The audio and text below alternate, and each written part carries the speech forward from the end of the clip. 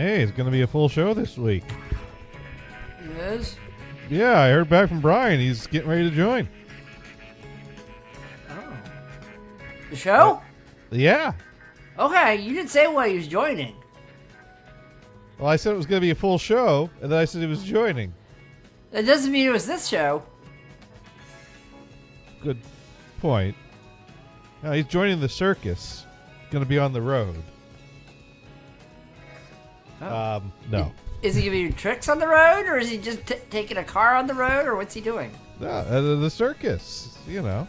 Well, if you're on the road, doesn't mean you're in a car. It means you're on the road. No, he'll be riding one of the elephants. Wait, they don't have elephants in circuses anymore, right? Wait, why not? They got rid of the elephants. Well, what good is going to a circus then? Well, apparently it was not humane to have elephants in the circus, so they got rid of them. I don't know. But the elephants were so nice. I like looking at the hot chicks trolling around on the trapeze. Well, you know, they were that far up in the air. Are you sure they were hot chicks? But just assumed. See, you have those assumptions, Gators. You don't know. Did you get a good look at their faces? Did you get the binocular out and look at them, or? Yeah, it was like, you know, I got the opera glasses. I go to the circus with opera glasses, and I don't know. Some people do. Is. Some people do. I suppose I've gone to circuses with the binocular before. Now, do they let you get the extra long cane so you can feel the trapeze act going on while it's? Yeah, they're not gonna like it if some guys are there poking them with the stick while they're doing the trapeze act. In fact, this tightrope one could probably try to steal it and use it to balance with. How would you know what's going on unless you kind of tap around to feel? Oh, you're over there. You're over there. That's swinging over here now. Gators. Honestly, a 3-wheeled circus would be kind of freaking boring right now for me. Back in the day, yeah, I used to be able to watch it, but now I'm be like, man, that'd be boring as hell to watch. It's, you know, that reminds me of one of my cats. It's, you know. Everything should remind you of your cats, honestly. Yeah. It's last night. I mean, it's getting to the point where the amount of sniffing around for the treat when I throw it close to her nose is getting to be more. Is there a sniffer going? Yeah. No, Shaniko is dealing with visual impairment. That is what? You gotta get cataract surgery for your cat? They don't do that. They don't? I thought they did. Well, no, they don't. Well, they don't do glasses. I know that, or contacts. Are you sure about that? Sure to do glasses? Have you looked? I'm pretty sure if you Google cat with glasses, you're gonna find some on YouTube. See, I don't know on Google. I guarantee you. I don't know what the condition is, and you know, when you go to the annual checkup vet, they're not a cat eye doctor, so you know it's basically. But it is called a cataract, though. It could be. I don't know. Basically, she is coping fine. Okay. Yeah, we had a dog actually used to do that too. But we've definitely noticed that she's relying on scent and testing before jumping, and now it's getting to the point. Last night she walked up the stairs when I was coming down the stairs, and she walked straight up to me and then stood as if, well, aren't you going to get out of my way now? Never mind that there was plenty of room for her to go around. You were in her path, Gators. What are you talking about? So I took a step to the... Cranky kitties are like, what are you doing in my way? You know, I'm walking here. What are you doing? So I got out of her way. She continued up the stairs. And then the last few stairs in the top kind of angle to turn 90 degrees. Did she forget to turn? She slipped on one of them. I mean, poor kitty. She kept on going, and you know, with her, you know, look of I meant to do that as she continued it's like, no, you didn't prance see along. That. Yeah, exactly. That, yeah. You did not see that. Poor kitty. Yeah, so she is her sight is degrading further. We had a Pomeranian, and it was like a run. But after 14 years, the small dogs they don't do as well. And Tui was blind, and well, pretty much blind. She had cataracts, and so they got that fixed. But then she was also deaf too, so her whole life was smelling after a while. And you would think, oh, small dog, hanging out on the couch doing nothing. No, she would go everywhere. I mean, literally, my sister in Virginia has a 10-acre backyard. Virginia. She bought it back in the day when, whatever, super stupid cheap, 10 acres. That dog was lost for like 3 days. They finally went out and said, "Where are you, dog?" And the dog's over by the creek sniffing, going, "Oh, I'm hungry." It was hungry. You brought her in there like, "Do you want some food?" She says, "I know the food's there. I'm gonna take a little nap right here by the bowl." Cause I'm Yeah. Yeah. Well, and the other thing is that Shaniko is getting more visually impaired and older. She's getting more cranky. At this point, Momo tries to keep her distance during meal times because Shaniko is SWAT happy. Not violently so, but annoyingly so. Well, maybe Momo's like a little bug to her. She's just swipe, get away from my food. Although earlier when Kristen was getting the bowls ready, Shaniko took a swipe at a box because that box had no business being there. What is that box doing there? What are you talking about, box? So, it's like, it's a box. It's not going to move out of your way. You know what? Put a cucumber on the ground next to Shaniko and see what happens. Oh, no, I'm not doing that. But anyways, Futon in the house asking, good afternoon, Mr. Gators. How ye be? I be good. I should probably get the chat room up. Dune's talking about dudes. Futon's talking about cataract treatment for, I guess, rich cats. Yeah, that's Richie cats. No, I spent all my cat budget for the next 5 years on trying to keep one alive that insisted on dying. So yeah, there you go. There you go. So sorry, no cataract surgery for you. We blew that all on the last one. Dude writes in, you yield it to a cat. Well, the cat does own the house. I mean, to be fair. And Brian is on his way. At least that's what he said in the response. He said, okay see you soon. Works. Oh, he's typing. He's typing now because that was 15 minutes ago. So hopefully there's not a problem He's like, with his I'm computer. at McDonald's. Yeah. Oh, it's making him log in again. Oh, yeah. Yeah, websites do that. I have a question for you. Okay. Oh, Sparky just stopped dancing. Oh. So the question is, they want you to set up two-factor authentication on Twitch. Yet every time I log in, they go, "Here's an email. Type in the code to type it." Isn't that considered a two-factor? And then if I set up two-factor, it's going to be three-factor. You set up two-factor. And I'm like, I don't want to deal with that crap. So it's two-factor if it complements another login process. You know what? Bite me. You make me freaking log in twice for your damn service, Twitch. I agree. It's considered two-factor. I agree that multi-factor authentication sucks and is the bane of my existence. Yeah. But I also agree that it's a necessary evil in this fucking era we live in. I do every morning, and the problem is I don't think when I do it, and I'm doing other things as my fingers are doing what they need to do, and I'm not thinking about it. And I look up, I go, "Oh, I'm logged in. I must have done all that stuff already. I don't know because I'm doing other things at the same time." Don't ask me. I let my hands do what they're gonna do, and I'm doing other things. So you let your hands do what they're gonna do. Well, don't you? Oh, my hands do what they're gonna do. Yeah, we don't want to know about that. That's How not do you turn that around on me so quickly and just gloss right on by your hands?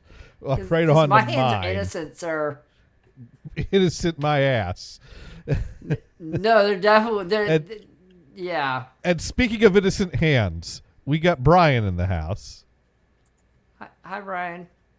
Oh no, Brian's muted. Brian, we can't hear you. Brian. Okay, Sparky, you can start dancing again. Brian. Brian, you gotta put some little. You have to accept. Oh, your now mic he is button. muted. Now he's not Oh muted. no, yeah, Brian, we can't hear you. But is he talking? I don't know. I don't hear him. Yeah. Why? Now I hear him. Now I hear him. Oh. He's back. Oh, He's well, back. I have to talk. Yeah, you have to talk, Brian. You have to talk. Brian. This is- Now, Sparky. Yeah, so today I'm going to be Bob. I don't know why. Okay, Bob. Oh, it had to have me put that in 2? It's like I Okay. haven't been on for a frickin' month. No, Well, I This missed is what last week. happens. All right, Sparky. And by the has- way, I haven't been using this computer really at all. Okay. Why not? Oh, look, and it doesn't even have my fucking background. Oh, Jesus. That's okay. We're listening to We've another. never been in Insert title here. visual effects, really. I have a green screen. Yes. Let's go with, that one. Brian, that was the most nonsensical introduction to the show ever. Yeah. It was as if you weren't even trying to introduce the show. Oh, was I supposed to? No, but I stopped and just kept playing the sound effects anyways because you. Oh, okay. All right. And so basically, your rambling about your background is the introduction to Insert title here. this week, which is okay because most weeks we don't even have an introduction. But Right. Totally skip that. yeah.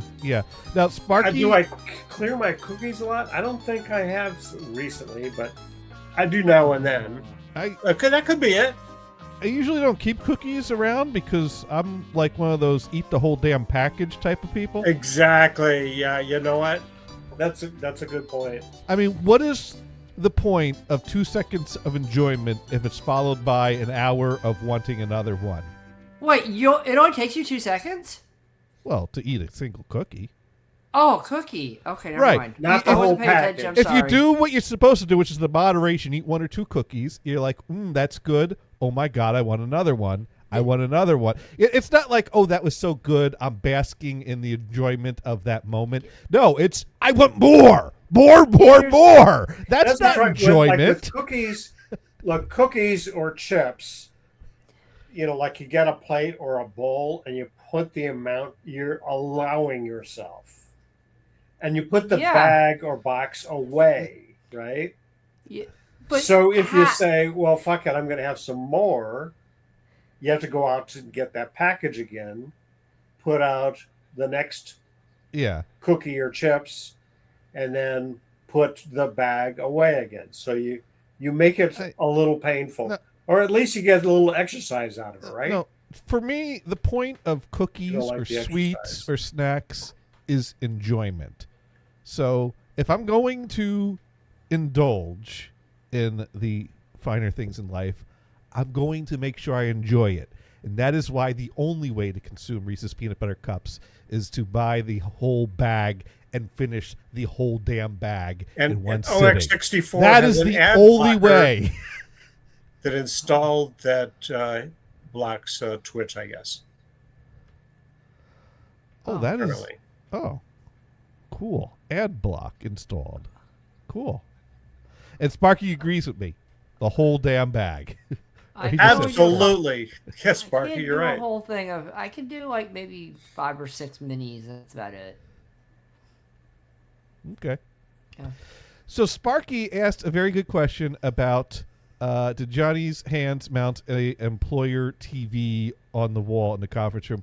Funny thing about that. So No. as I mentioned a few weeks ago, I brought the topic up and I made the threat that if we can't get this quote approved, I will go to Harbor Freight. I'll bring in my you tools. what approved?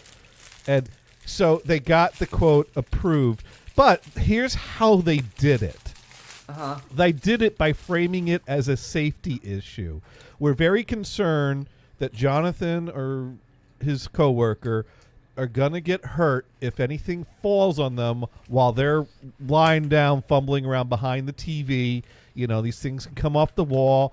I mean, heck, just the other week, the receptionist knocked something off a shelf, hit her on the head. She's been concussed. She was out for a concussion for a few days. Is concussed a term, or did I just make that up? I like it though. I was thinking, is that a word? Hey, why not? Why the hell not? The thing about English, it's malleable. It is. You can change it. You can make up your own words. You can. If the point of language is communication. So if I make up a word and you understood what I mean, that's a word now. You're welcome. Who cussed her out? That's a good one. See, there's the ambiguity that we like. Right? You say something and you go, no, that's not the word I was after at all. So that was the way they got the quote to be taken a little more seriously, was this is a safety issue. We don't want Johnny getting hit on the head by a 65-inch TV. The problem with that is when they framed it that way, the manager of the legal department's ears perked up, and she's like, what's this now? I love it. I love it. And so now I have been forbidden from going behind the TVs in the conference room. Well, who's going to fix the TVs then? Well, until the brackets come in that allow us to safely move things to the side to access these things, not us. So if something goes wrong behind the TV, I am not to touch it. I am to call in our vendor to do it. How many times a week do you go behind that TV, Gators? I've too many. Then they're going to have some problems in that room. Yeah. So your company doesn't have a union that requires them to do it?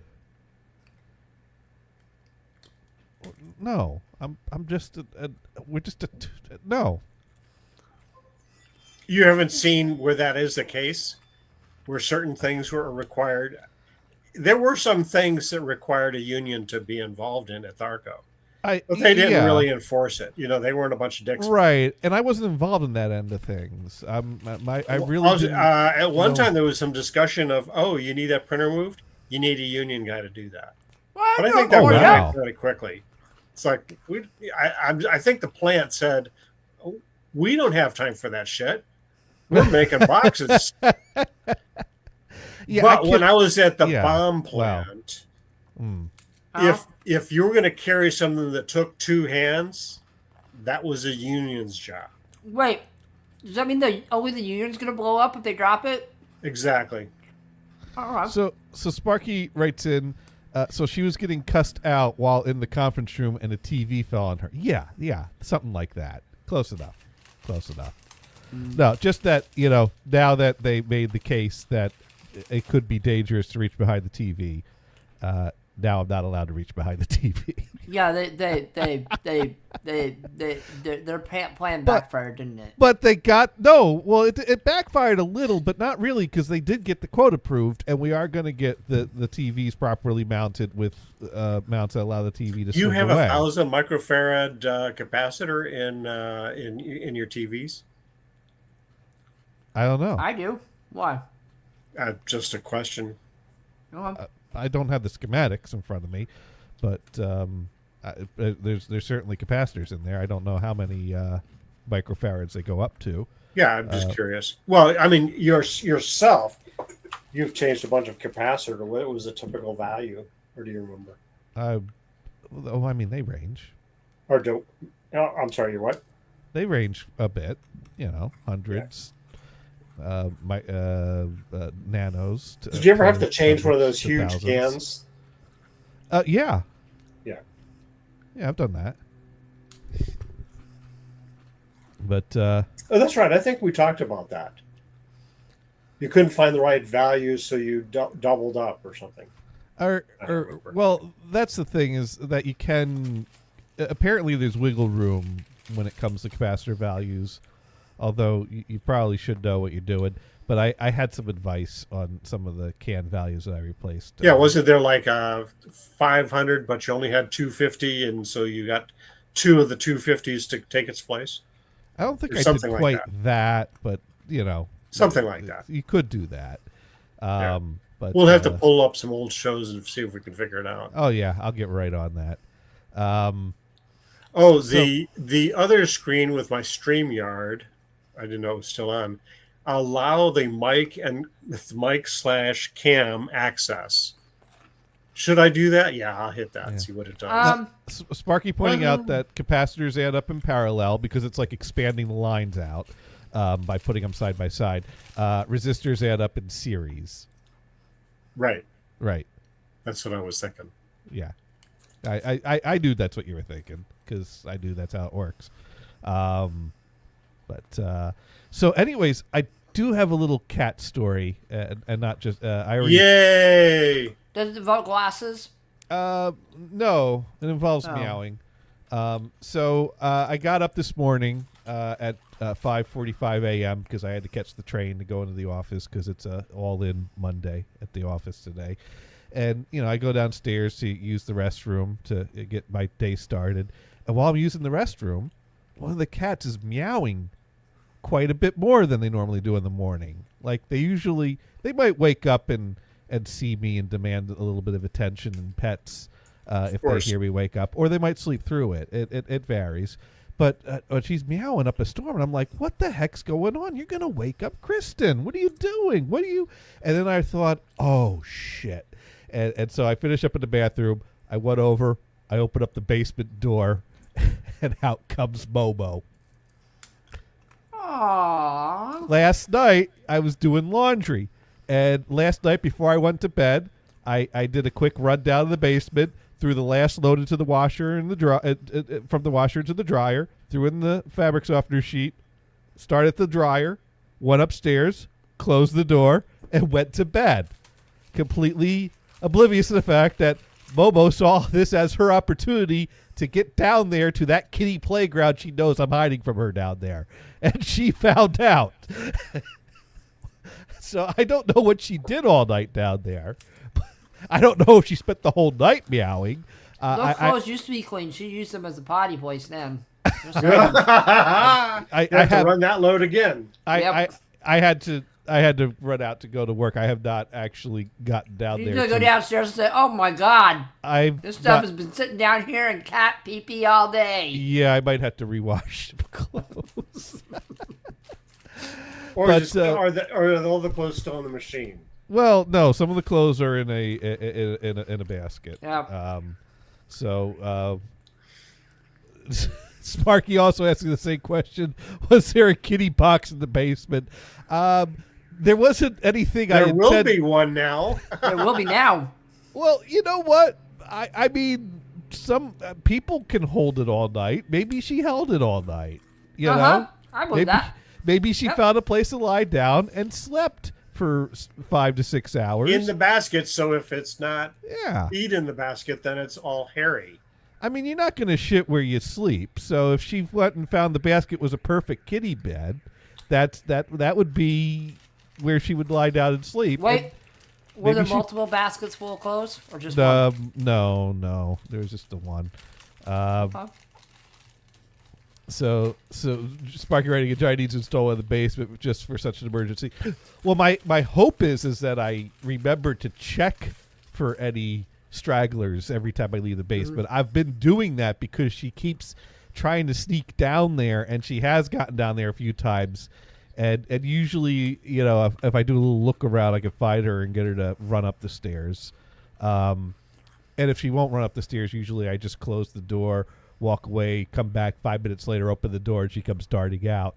But there's nothing like getting a cat to come out of a place they don't want to come out of, like trapping them there. Shaniko used to always love trying to get in the clothes closet when I'm hanging up my shirts. So at some point, it's like, okay, I'm going to close the door. I'm going to fold some more laundry. I'm going to open the door. You're going to run out. Why am I going to get on my hands and knees and try to force you out when I can do this the easy way? Aww. But she doesn't do that anymore. Maybe it's both. Brian asking, is that cat poop or a dead mouse? Yeah. It's both. I kind of hope I find a dead mouse, because I know Kristen's seen a live mouse a few times.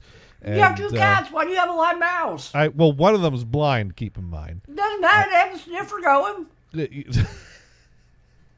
Yeah, sniffer and the whiskers. Cats.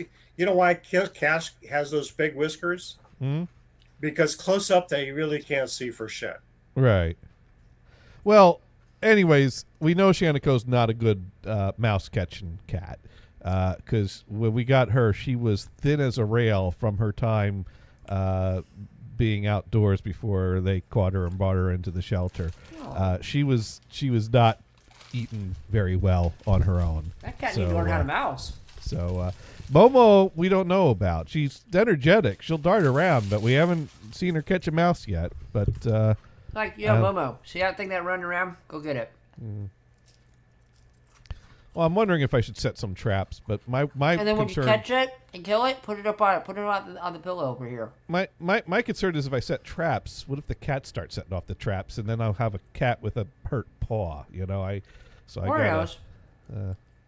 What's that? Oh yeah, nose. Or nose. Yeah, Sorry. yeah. So I don't really want to do that. Unless I'd put the trap someplace where I know the cat wouldn't get. But then I gotta be like, why? Because if the trap's up in the basement, because the cats don't go in the basement. Oh wait, I just had one there all night. I would have woken up at 3 a.m. to the sound of snap. Meow. It would not have just been a meow. It would have been a death-curdling meow. I didn't feel like doing the whole. Yeah. You could always put a cat door to the basement.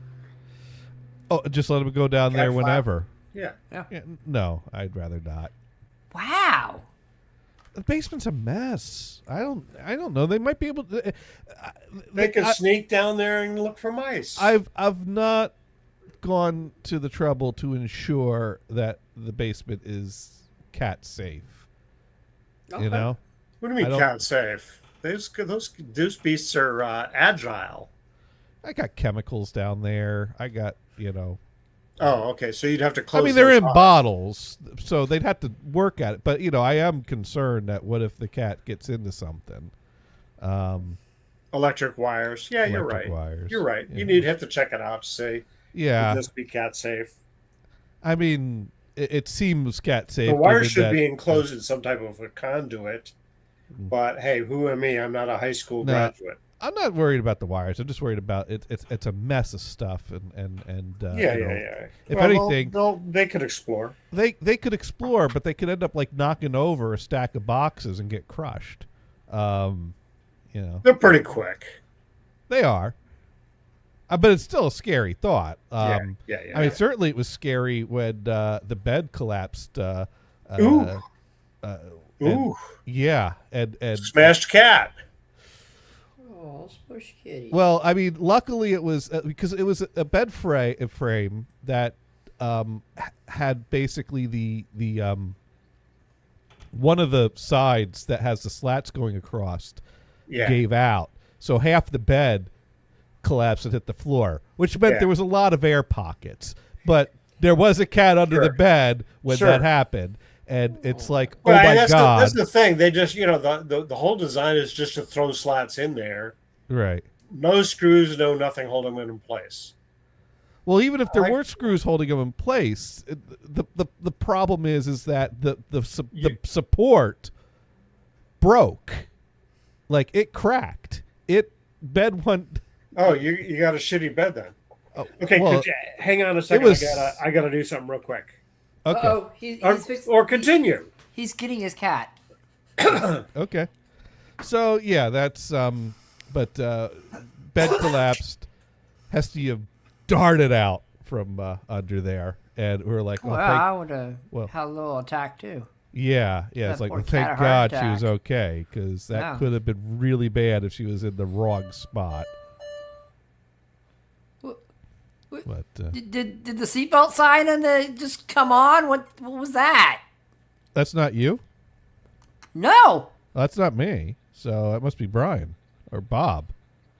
All I know is maybe the seatbelt sign got turned on, or the bathroom sign. You can get up out of your chair or something. I don't know. No, Sparkieski at the 5x5 has fallen down as of yet. No, 5x5 is still standing solid, mounted to the wall. It ain't going anywhere. So, that is all working out good and fine and dandy. But, man, I am reaching a point that I'm starting to get a little pushy at my job about how I'm going to do my job. Sorry, who is? Me. Oh, you're getting pushy. He's getting pushy. Better Well, watch out. Politely but firmly. I basically had a discussion to the effect of, I am seriously done using PDQ Smart Deploy. I want you to spin up a server for me so I could set up SCCM. PDQ? Did they do like the jazz version of Wizard of Oz? No, that was Miko. Oh. Well, that was the disco version of Wizard of Oz. Yeah. No, PDQ Bach did the blouse grass mashup of classical and bluegrass that's music. right. The one that they played in the 80s and everybody's like, oh, it's amazing. And I'm like, oh, okay, sure. Did they play that?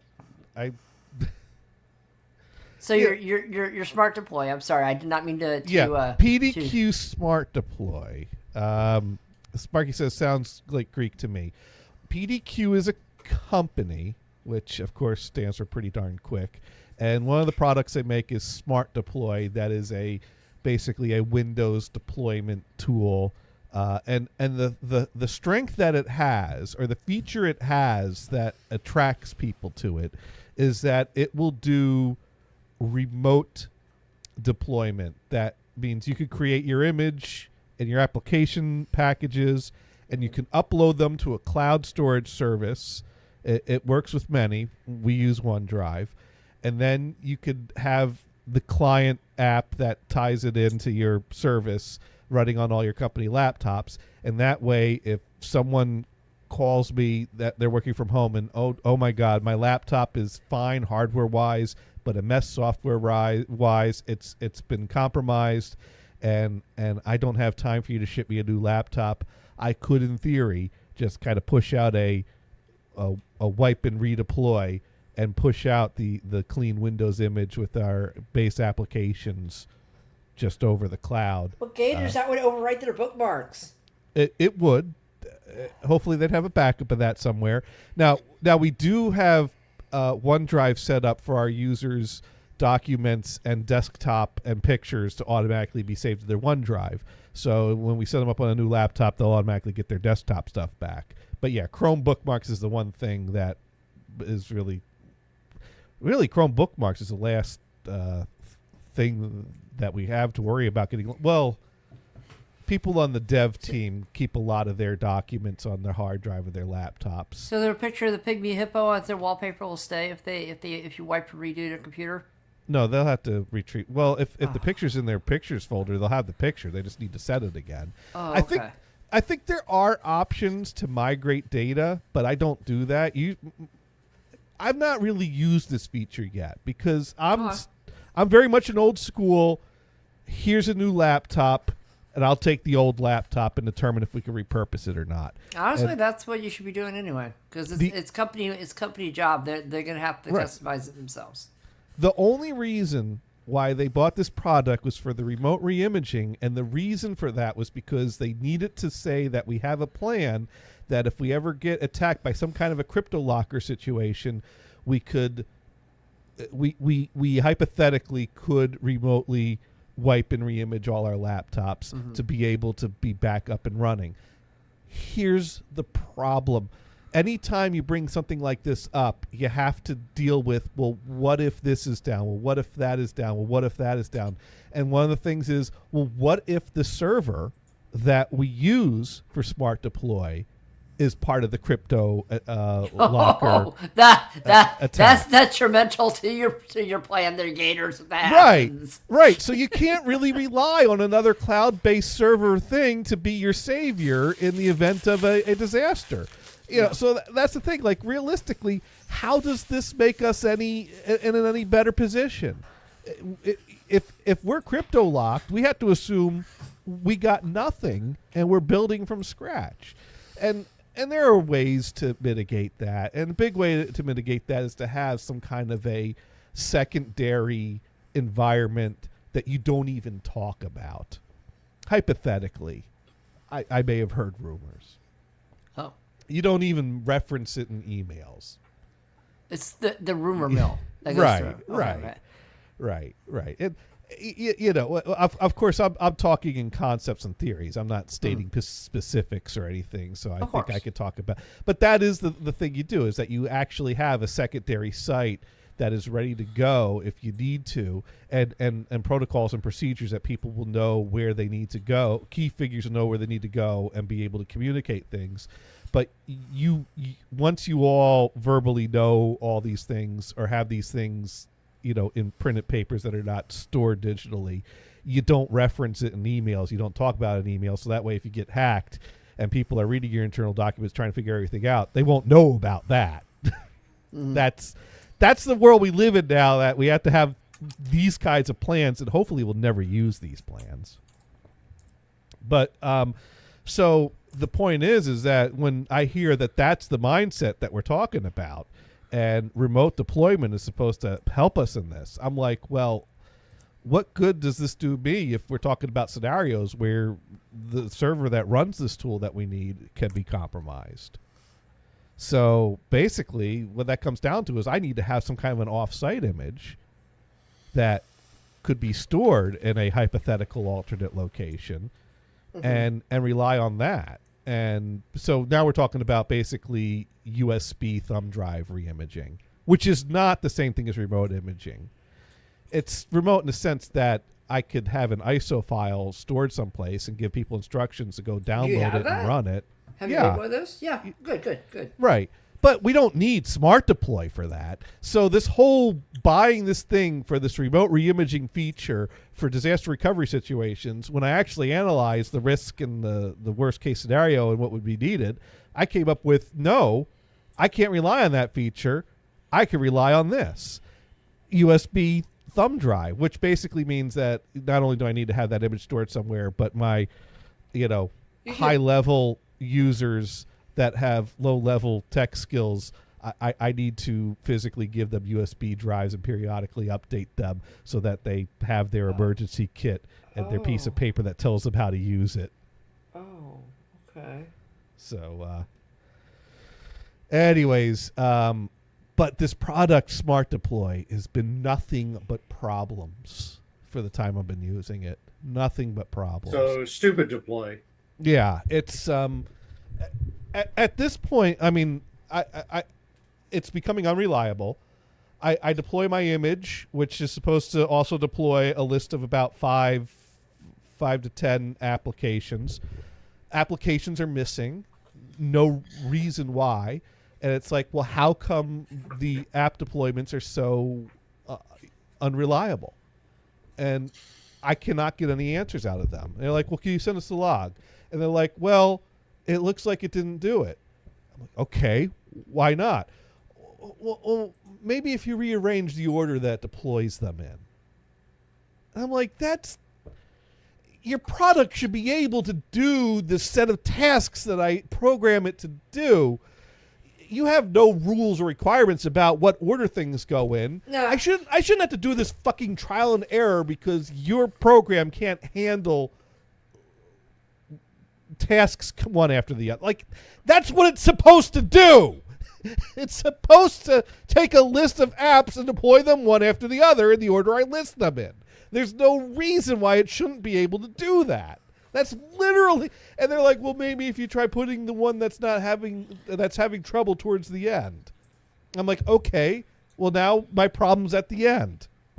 The only thing I can think of is in deployment, you basically put the crap at the beginning that needs the libraries that are going to work with the other ones first. Like, of course, Python and crap first if you use Python or something like that first, or your C++ for your distributor first, and then you put the stuff in after. But that's common sense, and I know you do that. I'm not deploying applications that have dependencies. Yeah, that's what I mean. But if you were, right, you would put the libraries first, and then the stuff that requires those dependencies afterward. Because there are times order is important. Yeah, exactly. This is not one of those. But exactly. If you're doing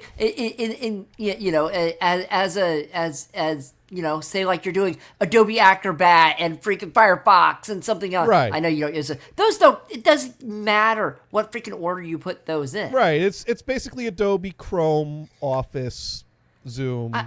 I mean, I could see maybe Adobe after, and the only reason I say that is because sometimes they'll add plugins to your freaking to your other stuff, but that's the only reason you do it, right? And Adobe is one of the ones that's a pain in the ass, and I have moved it towards the end, but it's still a pain. It would be Adobe Zoom after at the end. The ones that add the add-ins to your browser. So you would do your containers first, and then stuff you put into it. But you do that should anyway. be able to do it in any order. It's not, and if it requires a reboot, it's an automated process that should do the right reboots when they're needed.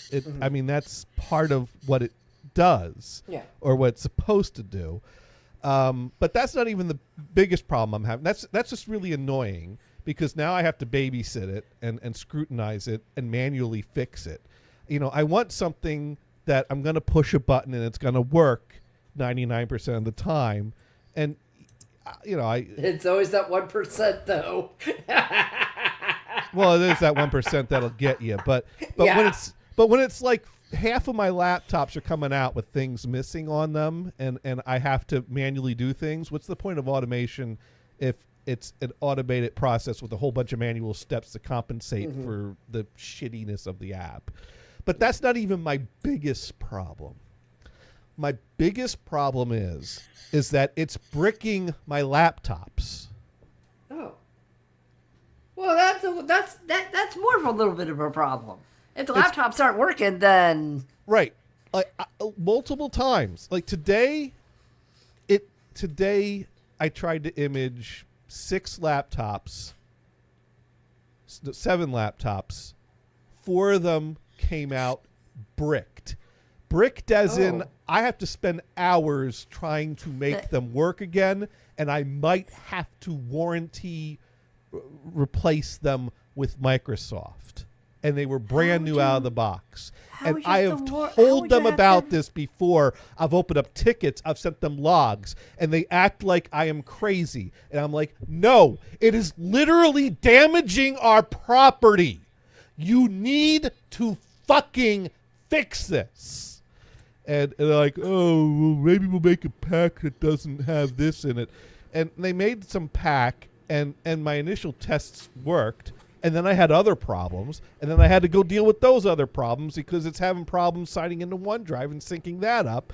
And so I've been chasing that issue, and now I'm out of laptops because while I'm chasing that issue, I'm not like imaging laptops, and I only have so many spares. In this past week, I lost 2 laptops. I had to ship 2 laptops out, so my 2 spares that I keep at home are gone. So I go into the office today going, I need to spin up a bunch of laptops to replenish my home spares. And that's when I found out, oh my God, the bricking problem is still there. And I've now bricked 4 of our brand new laptops. And what happens is that there'll be a firmware pending from Microsoft. A firmware update pending from Microsoft. Oh, for the BIOS or something like that. Right. Yeah. And for some reason, when the imaging process does a reboot, after the Windows install has been completed, the auto update checks and does that, but it does it wrong. And so it'll reboot. It'll do a half-assed attempt at the firmware update. I don't know exactly what it's doing, but all I know is I see the black screen with the white circle, like it's at the progress bar, that it's like doing a firmware update. And then it comes up with no keyboard, no touchpad, and the monitor usually goes black and won't even work. But it's online, and if the image has gotten TeamViewer, I can TeamViewer into it, and TeamViewer can't even get the monitor to work. It makes a virtual monitor. And even if I reinstall the drivers for the keyboard, the touchpad, the monitor. Have you tried to re-image the BIOS on them then? I've tried re-imaging. I've tried. Well, I mean, redoing the actual BIOS itself. I've tried redoing everything I can do. I've tried checking for more Windows updates, reapplying them, going into the device manager, removing devices, and completely uninstalling them. Going to Microsoft's website, downloading the MSI driver firmware package for the laptop, installing that, going to Microsoft's website, downloading the bare metal image for that model laptop, creating a recovery disk, copying the files for the bare metal restore onto the driver disk, which their process instructs me to do, and image that way, which is a pain in the ass because our environment blocks USB drives. So I have to get USB drives exempt or do it on my personal equipment from home and then bring it into the office or bring the laptops home with me to try to unbrick them. And sometimes the bare metal Microsoft reimage works and brings them back to life. And then I can try to image them again. And usually at that point, if I've brought them back to life after doing the bare metal Microsoft reimaging process, they're up to date with the newest firmware. They won't need to take a new firmware update. And so the Smart Deploy image will work. But that's hours and hours and hours of work fixing laptops that my automation tool that's supposed to make my job easier has created for me. This tool is not making my job easier. This tool is making my job harder. That is the opposite of what I need from an imaging tool. So I'm getting to the point where I'm putting my foot down and I'm telling my managers, I will not use this anymore. I need a server to set up SCCM so we can go back to what fucking works. Although I didn't say it quite that way. But I am being very firm with I can't use this anymore. And my supervisor, when he saw that message, he came in the room. He's like, hey, what's going on? Walk me through it. And I walked him through it. I mean, I literally had 7 laptops out on the table. I'm like, these are bricked. I don't know how I'm going to get them to work again. I'm going to have to spend hours working on them. I might have to send them to Microsoft. These are working, but they don't have everything they need. Now I got to manually deal with those. I'll be able to ship those to my home. I'll have replenished laptops. But meanwhile, I already have 2 more tickets from people that want new laptops. And I only got 2 set up today. Mm-hmm. So he gets it. But also, he's not the one that decides whether or not to give me a server to set up SCCM. That's the sysadmin manager. And he's hemming and hawing, So I send this message, and his response is, well, did you send their support the logs they were asking for? Yes, I've sent them the logs they're asking for. I'm sending them more. I have more logs to send them today. As soon as the security team gets around to whitelisting a USB drive for me so I can grab the logs off these machines. Because the machines that are bricked, they won't boot up properly. But I can boot them to Smart Deploy, and the Smart Deploy environment does have a log collection tool that it will grab those and throw those onto the USB drive. So, So I think my supervisor gets it and might even side with it. But then the other supervisor is like, well, what are you going to do for remote reimaging? I'm like, our worst case scenario relies on USB imaging anyways. That's been your answer to everything when it comes up is, well, we could do USB, can't we? Doesn't SCCM do USB imaging? Hint, yes, it does. It was a rhetorical question. His answer to me, well, I don't know. You're the one that needs to research this. I stopped typing at that point because the next words I would have typed were, that was a rhetorical question, dumbass. And did you send him the picture with the bunny with the pancake on its head? I did not. That would have been a perfect place to put that there. I knew what he was talking about. I also knew he was an idiot. Right. Yeah. Well, it honestly sounds like the whole one of the big problems with the PDQ thing is the BIOS updates. So if you could do the firmware updates beforehand, but otherwise that is where I'm at. That if I want to ensure that I don't brick more laptops, you have to make sure the BIOS is update. Yeah. I need to take the laptop out of the box, power it on. Well, you gotta take it out of the box? Oh no. I'm joking, by the way. Use Shift F10 to open up a command prompt, type in the bypass code so I can set up Windows 11 without having to sign into a Microsoft account. Mm-hmm. Just so I can sign into the damn thing, check for Windows updates, let it pull down the firmware and all the other updates that I don't need because I'm going to be wiping out this image anyways, have it reboot, finish a firmware update, then Re-image it. So basically, it's like an extra half-hour work I have to do before doing the automated job. And then I have to check if it actually did all the app deployments and manually. There's a lot of manual steps at this point. Yeah. It's not helping me. This tool is making my job harder. And it's eating up a lot of my time dealing with their support, trying to fix Did you talk these to them on problems. Twitter? I talked to them in person. At this point, we have weekly calls on Zoom with 2 techs because I got the tech and the tech supervisor on the Zoom call with me. And this is because I kept opening tickets for every little issue that came up to help them keep track of all the issues and be organized. They insisted that I lump them all into one single ticket, which is no way to track anything. But, God, they're fucking dumb. And for the months that we've been going around in circles, there's been no progress in any of the problems we've been troubleshooting. And we haven't even been troubleshooting the brick problem. We've been troubleshooting the OneDrive authenticating problem, which their whole thing was, well, could you set up a second test machine and see if you can make the problem happen there? I set up the second test machine. The problem doesn't happen there. And I'm like, okay, it doesn't happen here, but does this mean that I have to wipe and reset up a server every time this error comes back? Shouldn't you be able to figure out why this is happening and repair my server rather than... If you just had a server that had the image, you could use PDQ that had the image for the server, so you could re-image the server for a secondary server, so you can re-image that server. I mean, you know. Yeah.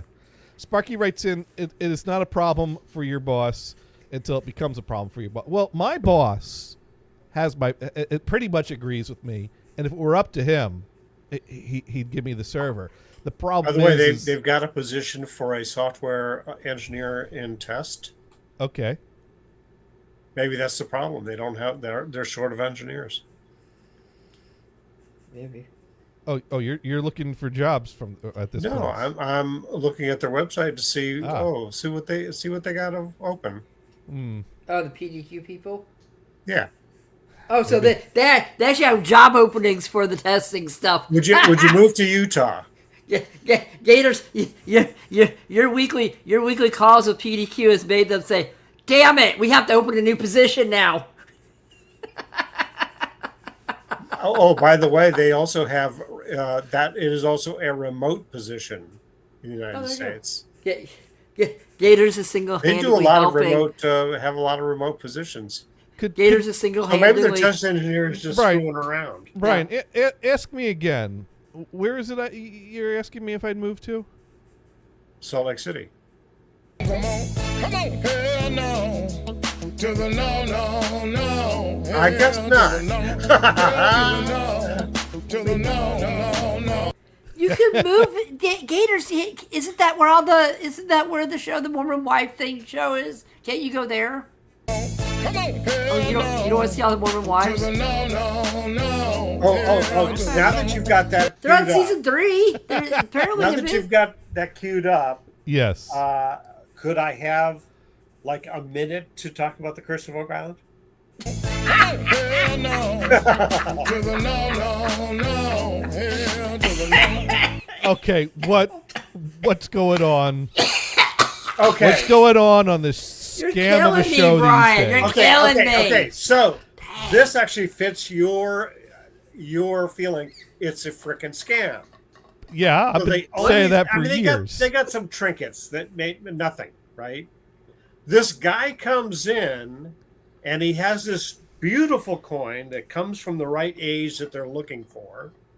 As Rick has been saying for several episodes, I'm looking for the one thing.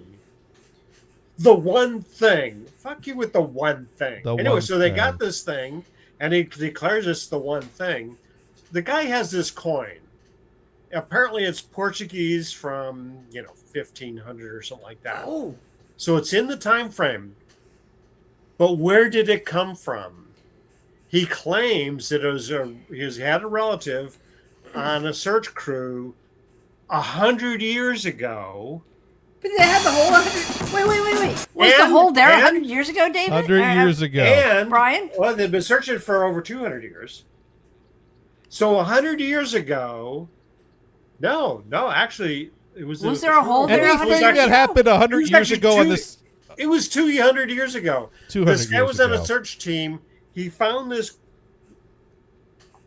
coin, allegedly, as the story goes, down deep, and he put it in his pocket, which means he fucking stole it. So they found a stolen coin that has a 200-year-old urban legend that it came from the money pit. Well, sounds legit. It's only hearsay. He has no providence that it says that's where it came from. Exactly. That's the point.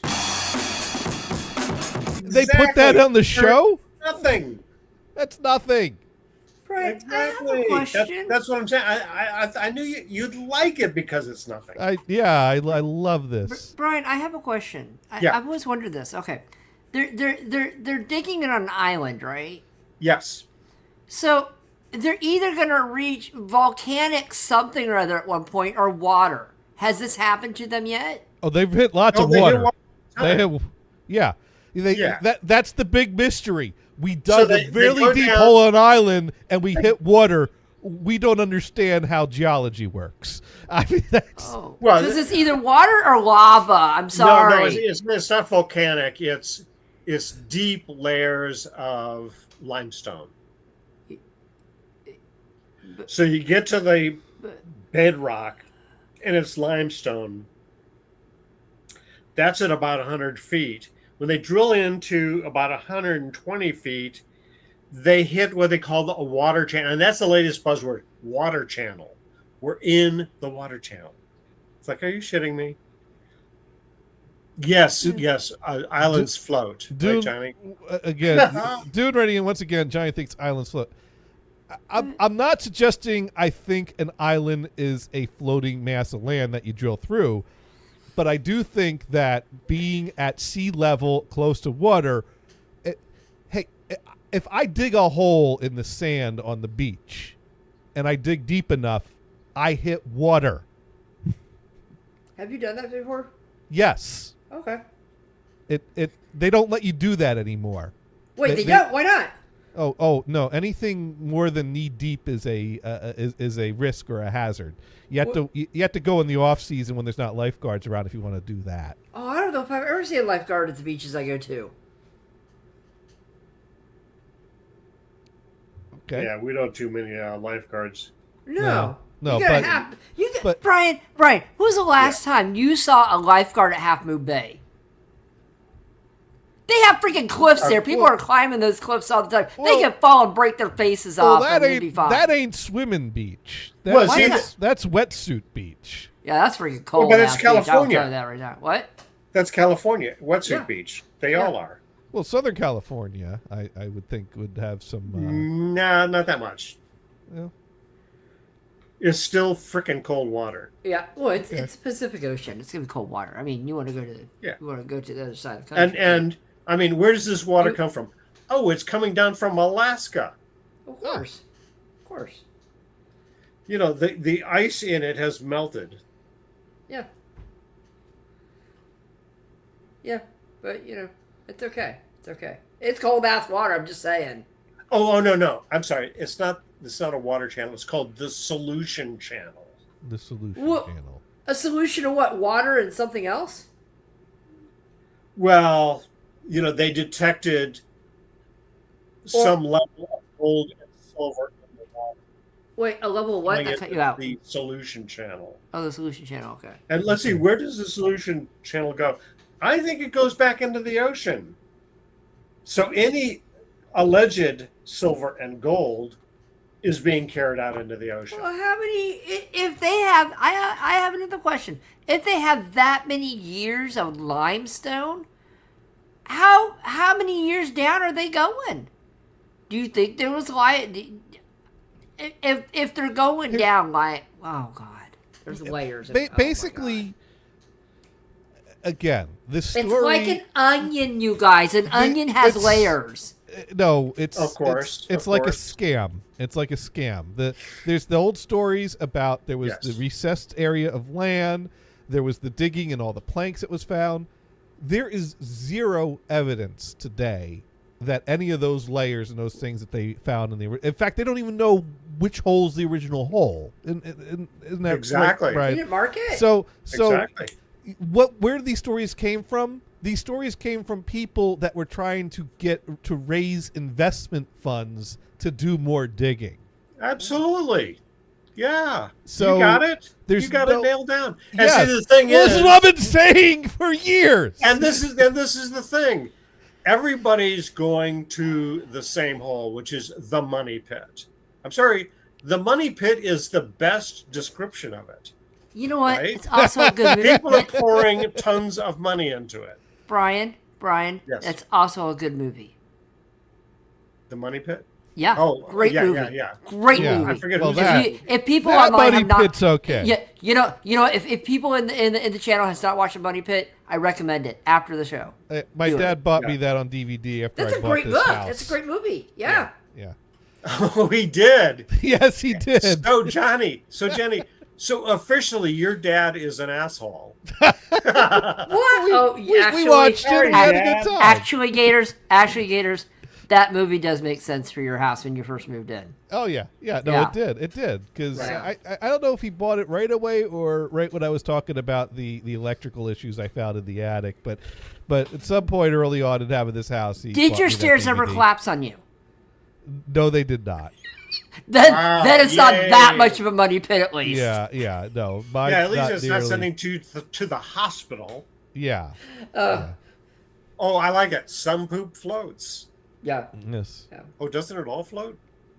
No. No. You got a problem if all your poop's Dude, floating. it depends on your fiber intake, Brian. You might want to talk to a doctor about that. Yeah.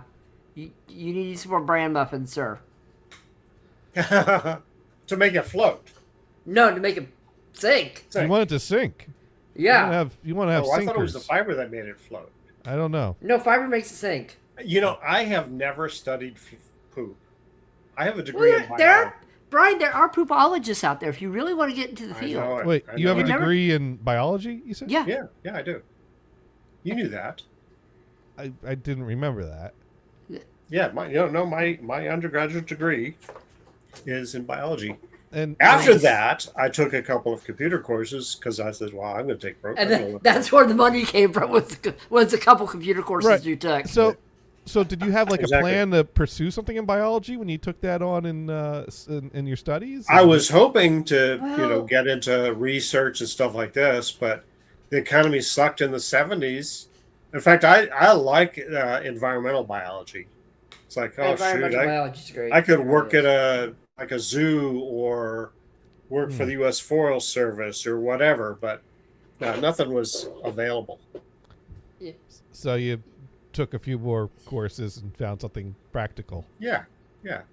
Gators, did you show poop on Twitch to people? Did I? I don't remember this. I must have not been around during your poop show. Wow. I'm gonna. This sounds like something I would do. I'm It just trying does to, sound like something you would do. but I'd do it with a reason. Sparky remembers it, so it must be true. Yeah, well, I can't remember what I had for breakfast this morning. Actually, I had 2 bananas for breakfast this morning. You had 2 bananas. See, my mom used to say, that's way too many bananas. You should never have that much potassium. I go, that's nice. I'm having my second banana now. Yeah. Thank you. So 2 this book, 2 bananas and a cup of coffee, man. That is an excellent breakfast right there. Yeah, that's what I had.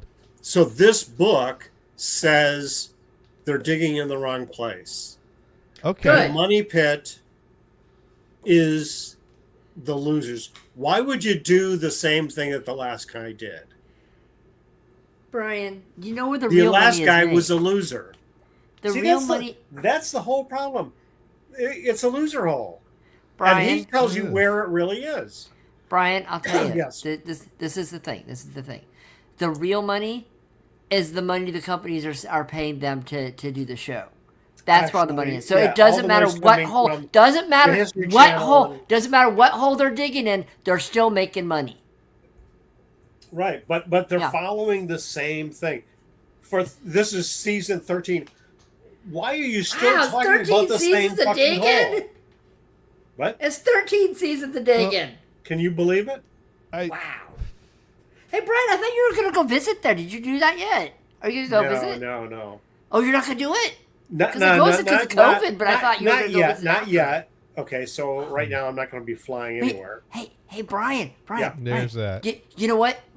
That I'll bet you from those islands. There's some cool whale hunting. You can look at the whales. Yeah, Whale we have to watching. figure out what season they come through. Dude, what are you talking about? All the oceans are becoming the same. The whales are just go where they want now. So- there's no migration going on anymore. Monterey Bay has oceans, has whales. All I know the you time. can go to your party house, sit on the roof, and watch the whales. Probably. If we could see the ocean from our house, yes. By the way, I have a question for you, Brian. I have a big Yes, question sir. for you, Brian. Yeah. What were you doing to your party house just the last week? Were you painting it? Were you adding a new garage? Were you adding solar? What were you doing? We're all very curious. Were you doing something fun? Redoing the deck? Were you fixing the upstairs so it doesn't lean? Well, we don't have an upstairs, so that would Not be yet. difficult. That's no wonder it's. That's leaning. what Not yet.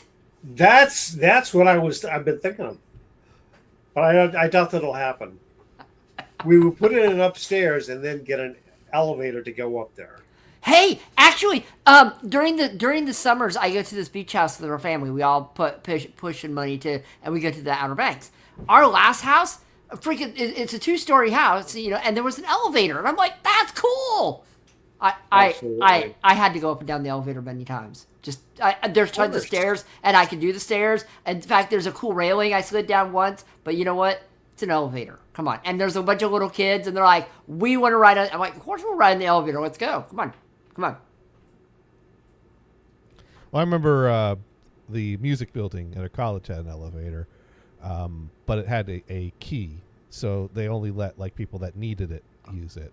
Oh. And but the same. Yeah, key, so if you were moving equipment that you couldn't haul up the stairs, You mean like a you piano? would find a guy that would have a key right, to use the elevator. right, and if there was someone that had a disability that they needed the elevator, I think they gave them a key. Yeah. But, you know what? Right. I would have a key. That'd be no problem. But the other So did thing they? is, When you were a freshman, did they but- try to sell you elevator passes?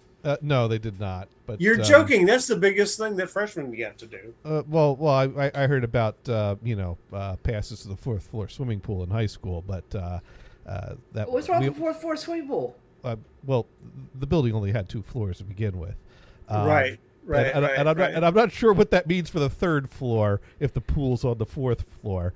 Right. But, anyways, no. So Well, maybe officially the 3rd floor was the roof. So yeah, and then the 4th floor is the swimming pool. But a lot of times It's they called put a swimming rain. pool on the roof. So why would they skip that? Is it going to be in midair? Yeah, exactly. So I did not buy any 4th floor swimming pool, although someone did swipe a teacher's hall pass and tried to sell it to me once. And, Did it work? Whoa.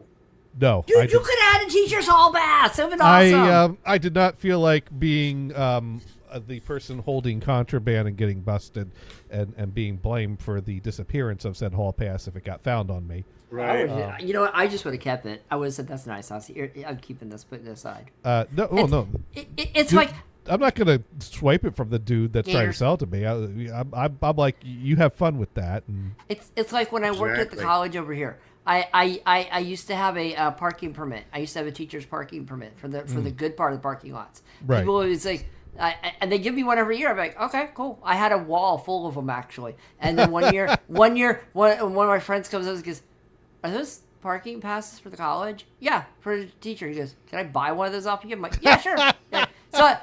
And the thing is, for a regular student one, the thing is, the student lots always filled up, no problem. Filled up so much, people were always parking up. But there was always 3 or 4 extra spots because, like, one was mine.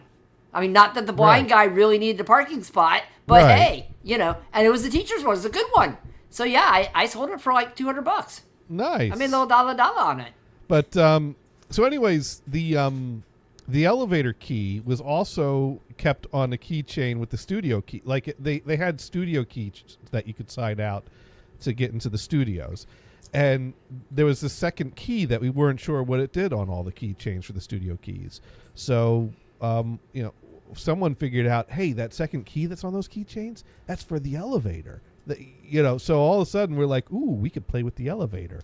So, and we didn't do anything. What could you do? It's an elevator. But we would do that. We would take the elevator from the first floor up to the second floor to go to the studio, do our studio stuff, and then take the elevator down from the second floor to the first floor. And I was lazy today. So one night, I'm doing. Discord? Yeah, I logged into Discord because I shared some files with the folks over there, and I haven't logged out yet. But by the way, Gators, did you make copies of the key? No, these keys had "do not duplicate" engraved on them. Do people pay attention to those?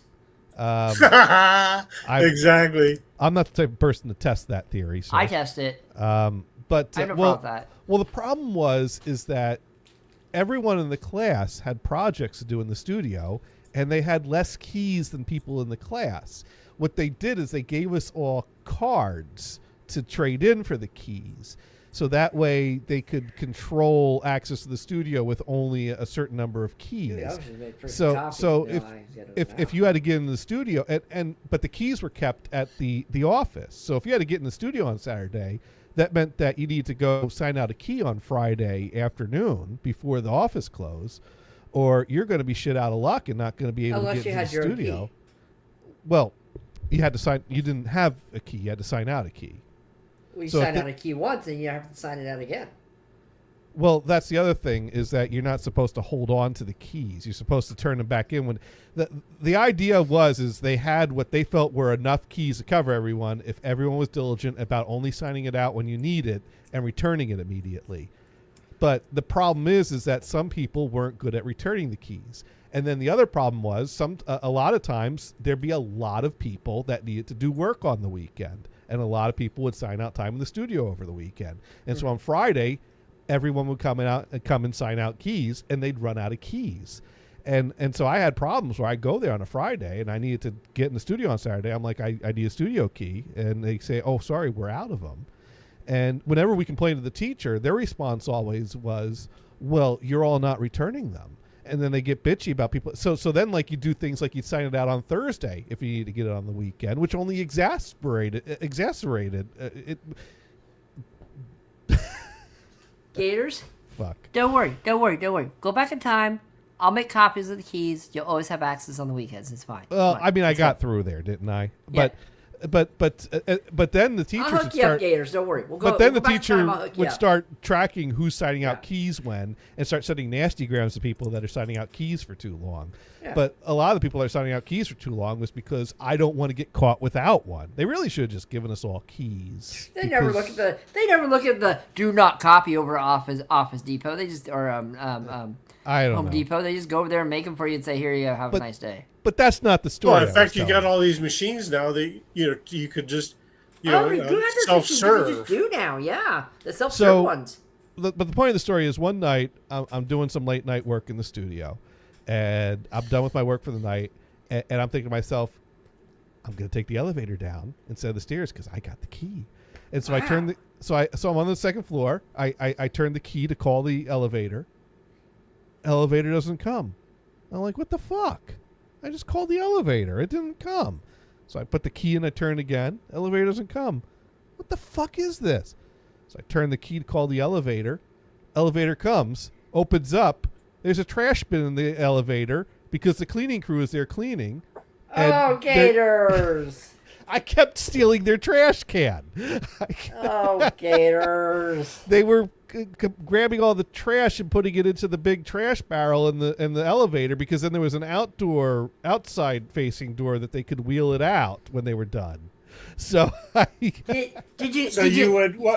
pull the trash barrel out and then get in and use the elevator? No, I leave it on the whatever floor. I left the trash barrel alone, and I took the stairs because I didn't want to come face to face with the person. Oh, I would have gone down with him and said, "Oh, I had some trash to throw away. I'm glad that was in there." I didn't want to come face to face with the person who kept trying to keep me from taking the trash barrel away from them. Or I would have taken the trash from the studio. I would have done it anyway. Yeah, I would have taken the trash from the studio. Or just leave it. Leave it on the odd floor that you got the elevator. I felt bad that I was causing a minor annoyance to someone else unintentionally, and so I just walked away from the situation. How many cleaning people were on duty? I don't know. I don't care. I just walked away. More than one?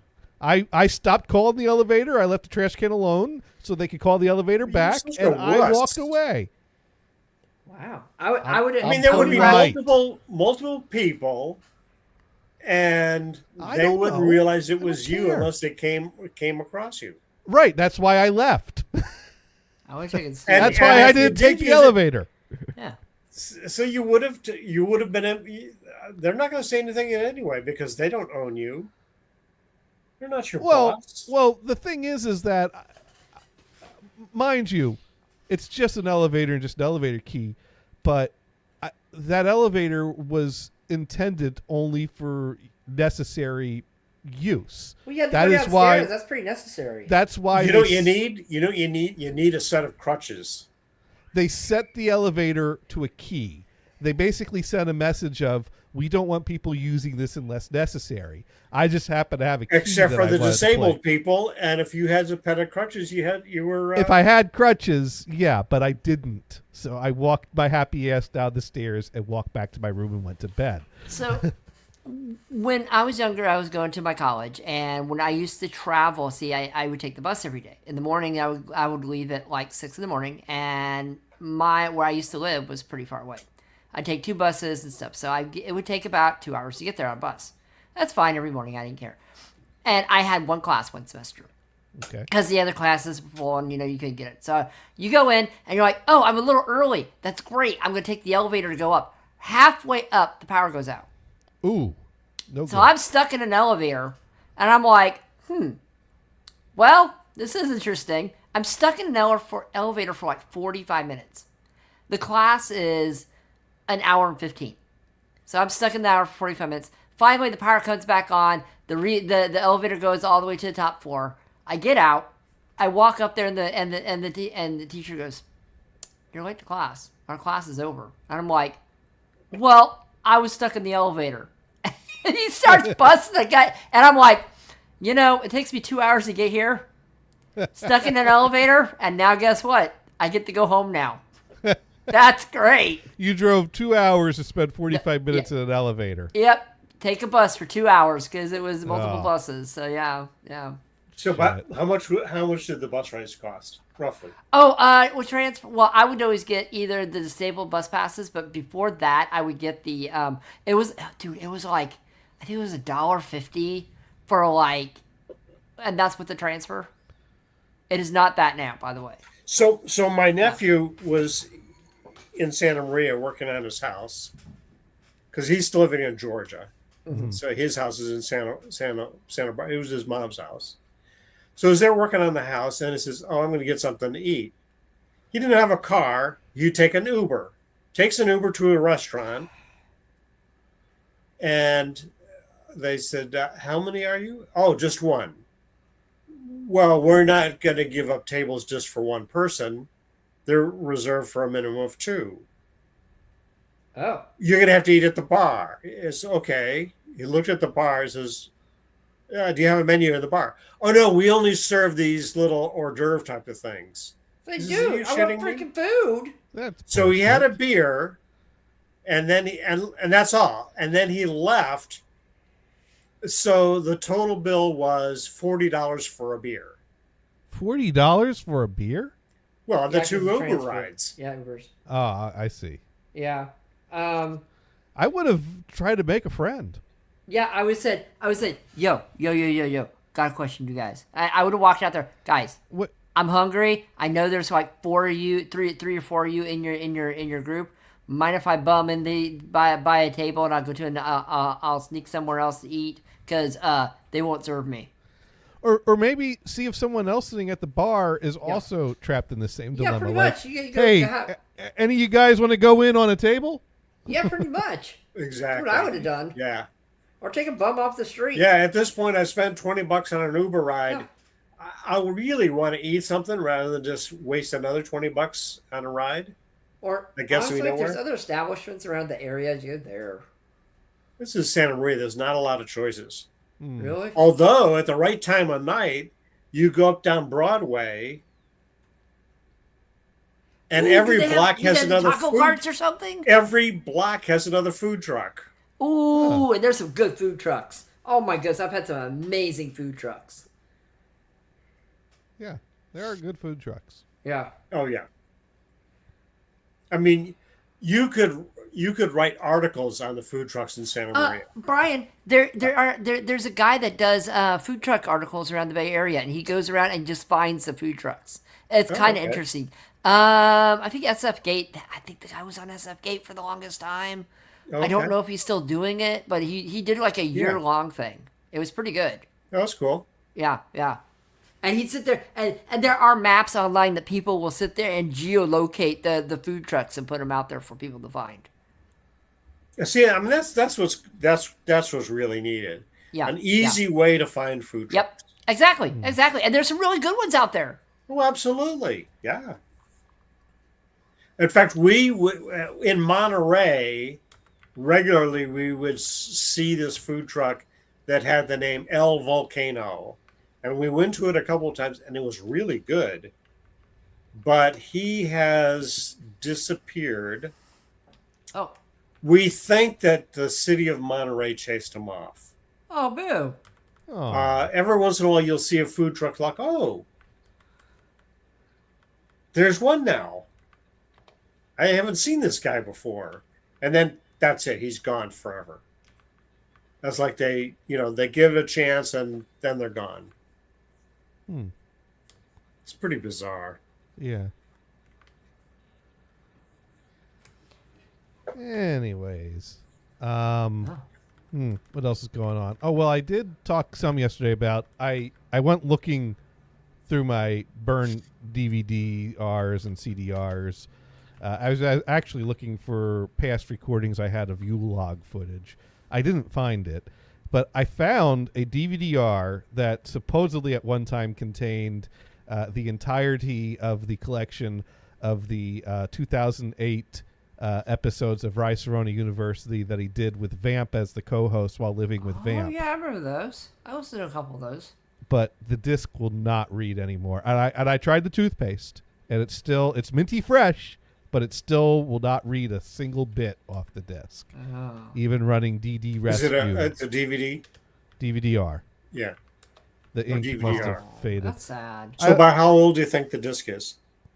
What is that, 30 years old now? 25? Well, 2008. So, was it that late? Okay, I thought it was in the 90s. Yeah, so, I mean, Vamp gave it to me when I moved out to California and visited him on the way driving out there. Do you know if that worked? Did you check it then? I never did. It might have never worked. 'Cause I just wondered. I didn't ask for it. He just gave it to me. He said, oh, by the way, here's every Rice-A-Roni episode that he did with me. I'm like, oh, thank you. And I don't know if I ever did test it or try to read it. I guess you could like text Vamp and say, yo, do you have a copy of that? My copy's dead. I'll pay for a disc and shipping or something. Because now I would like to kind of hear them. Yeah. Just send him a text, dude. I'm sure if he has them on his machine, send him a text and say, yo, my disc is corrupt. Do you happen to have a copy? I'll pay for a disc and shipping. Sparky asked the question, does Johnny know a CD reads from the inside out opposite of a record? I do know that. And I know that because, well, I don't know where I first observed that. It's one of those things you just observe. Different CD players, you could see the laser. You could see that it parks in the middle. You see that the disc, if you have a window that shows disc spinning, you see that the disc slows down as it gets further to the end of the disc because, unlike a record, a CD spins so that the surface is going at the same speed across the laser, not the same RPM. So the RPMs actually slows down as it gets to the end. But I think what I observed was our 5 CD changer that we had in the family stereo, that you could actually see at eye level when it would kind of move the platter. The disc would come to the place where the player was, and it would lift the disc up, and you could actually see the laser moving across the disc that's lifted up and spinning. Don't look directly at the laser, guys. Well, I mean, the laser's pointed up. It wasn't pointed out. It was just that you could you could see it would go under this cover, and it would like lift it up into the cover, but you could see through the slit that the laser was moving its way from the middle to the edge. So yeah, it's one of those things. I just yes, I was aware of that. Look at all these things that we learn on this show. That is we do try to be educational. Now, but Brian, you probably already knew that. I don't. I didn't actually remember, but no, I believe it, and it makes sense. I didn't realize the speed changed. Yeah. That's pretty cool. Well, Brian, think of it this way. Sometimes you'll sit there and you put a disc in, and it'll be quiet, it'll zzz, and then when it ramps up, it goes zzz. Well, that's more of a variable reading speed for data, but for playback, it's a consistent. I believe it's a consistent. I from what I've observed, it appears that it keeps the surface speed consistent, because you could, if you have a player that has a window that you're watching the spinning, it's quite, especially if you skip through the tracks really fast, you could see that it slows down significantly as it gets towards the end. I was never cool. I never had a window on my CD player. A lot of the early ones had that. Like my boombox, it was a very small window, just enough that you could see like bits of patterns kind of flying by. But that's pretty cool. Let's see. When playing an audio CD, the disc spins at approximately 500 revolutions per minute near the inner edge and slows down to around about 200 RPM near the outer edge to maintain a constant linear velocity of 1.2 to 1.4 meters per second. This variable speed ensures that data is read at a consistent rate as the laser moves from the center to the outer edge of the disc. So the data doesn't have its own time element to it. Is that correct? I wouldn't know how to answer that question, so I'm just going to nod and smile. Brian, because like if you download just the raw data from a CD, it's not playable if there wasn't a time index. Brian, there's a lot of math involved in this, and I don't math right now. I'm not familiar with the finer details of Redbook CD specifications. I think maybe our good friend Deadpool might be able to weigh in more about that. We haven't heard from him a long time. Yeah, well, he's busy doing streaming for money. We don't pay him, so. Oh, he's streaming for money? Is he on Patreon? He is. Does he have a Fansly on OnlyFans? I don't know how he's doing. No, well, he does the donations to play YouTube videos that he reacts to or dances to on his stream. He hasn't. He hasn't checked in with us in a while. I mean, he'll say hi if I join his stream and talk in the chat. But I tried to get him back on the show a few times after he showed up because that was fun. But his silence said to me, "Yeah, thank you. That was a one-time thing." I think is how I took that, and it was nice of him to do that. Yeah, it was very. That nice was absolutely nice of him to do that. Sparky Ray said, "I would say even text on a CD will slow down because it was recorded in the same matter." Yeah, well, I mean, data CDs spinning is going to be variable. But it is going to relatively go slower as it goes to the edge. It's just that data CDs are going to read the data as fast as the drive will let it. Whereas music CD, it's got to go at a specific time. And I would think timing index would exist in the data stream that it's reading.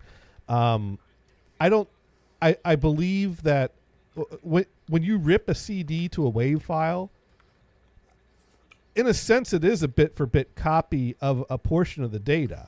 Because the data is PCM audio, but there's also other data that does exist within the framework of Redbook CD. For example, the specifications of Redbook CD has a bit or something written in the spec that could support a quadraphonic 4-channel mode. It was never implemented or used. Right. So if you, the spec has a bit to enable that mode. if Right. you ever made a disc that had that bit enabled, no player would know what to do when encountering that and be able to play it back correctly. But that potential exists within the specifications, because when they were developing CD, quadraphonic sound was still a consideration. So Have you that's ever enabled that bit before? well, I don't have tools that like do the finer Damn. details of So Red so Book there CD is a Authority. device called the Optophone. That was an early device used for recording and playback of sounds.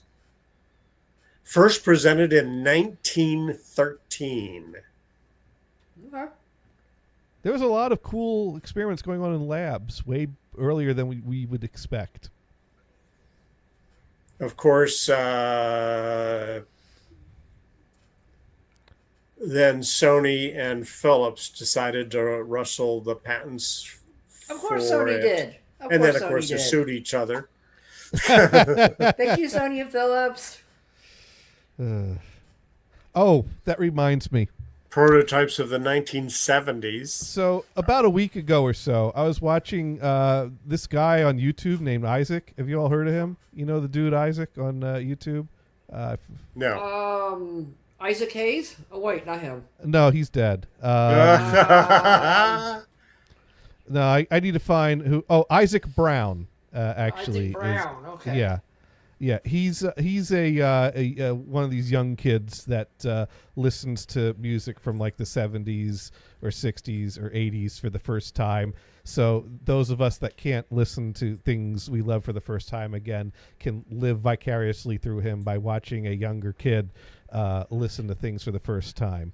And so he was doing a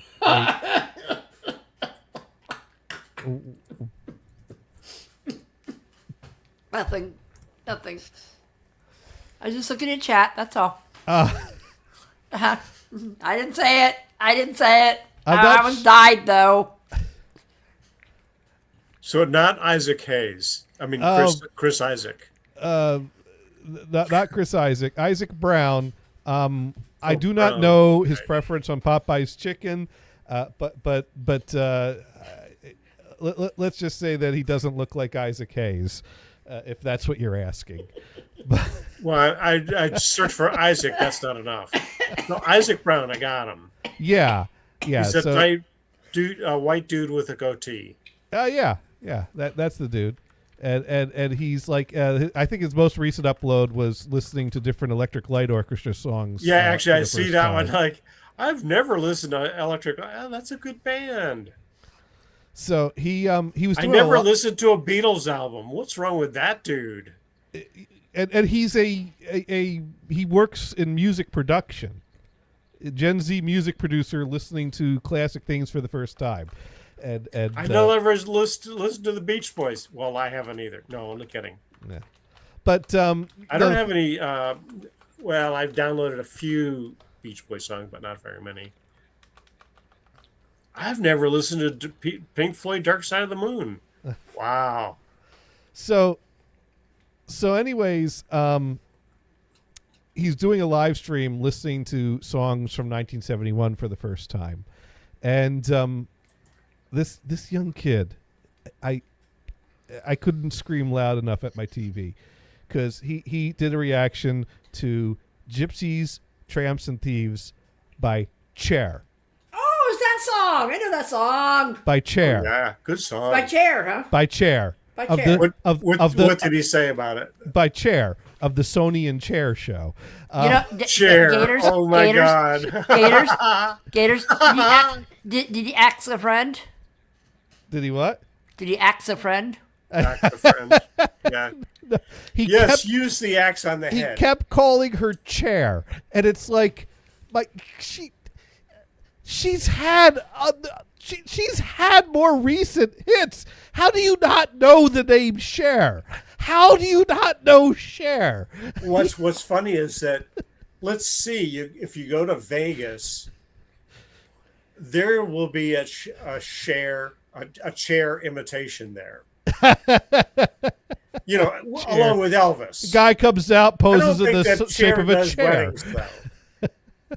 Oh, that's funny. Chair. Let me see. Oh wait, I think the posting of the I think I can find it. Oh, I think these are highlights from the stream. So let's see if he includes. All right, so he includes "How Can You Mend the Broken Heart," the Osmonds, "One Bad Apple," Carole King, "It's Too Late," Rod Stewart, "Maggie May," "Three Dog Night," "Joy to the World." Oh no, this doesn't have it. Let me see if he posts any of his live streams. I gotta find it because the chat was going nuts trying to explain to him how to pronounce share, that it's not chair. That's great. Let's see. Were you commenting too? Chair. No, enough people were doing it that I was just sitting back. Maybe that's what the imitator should do in Vegas. Instead of, calling himself, there are some males that imitate her. See, I'm all fucked up here.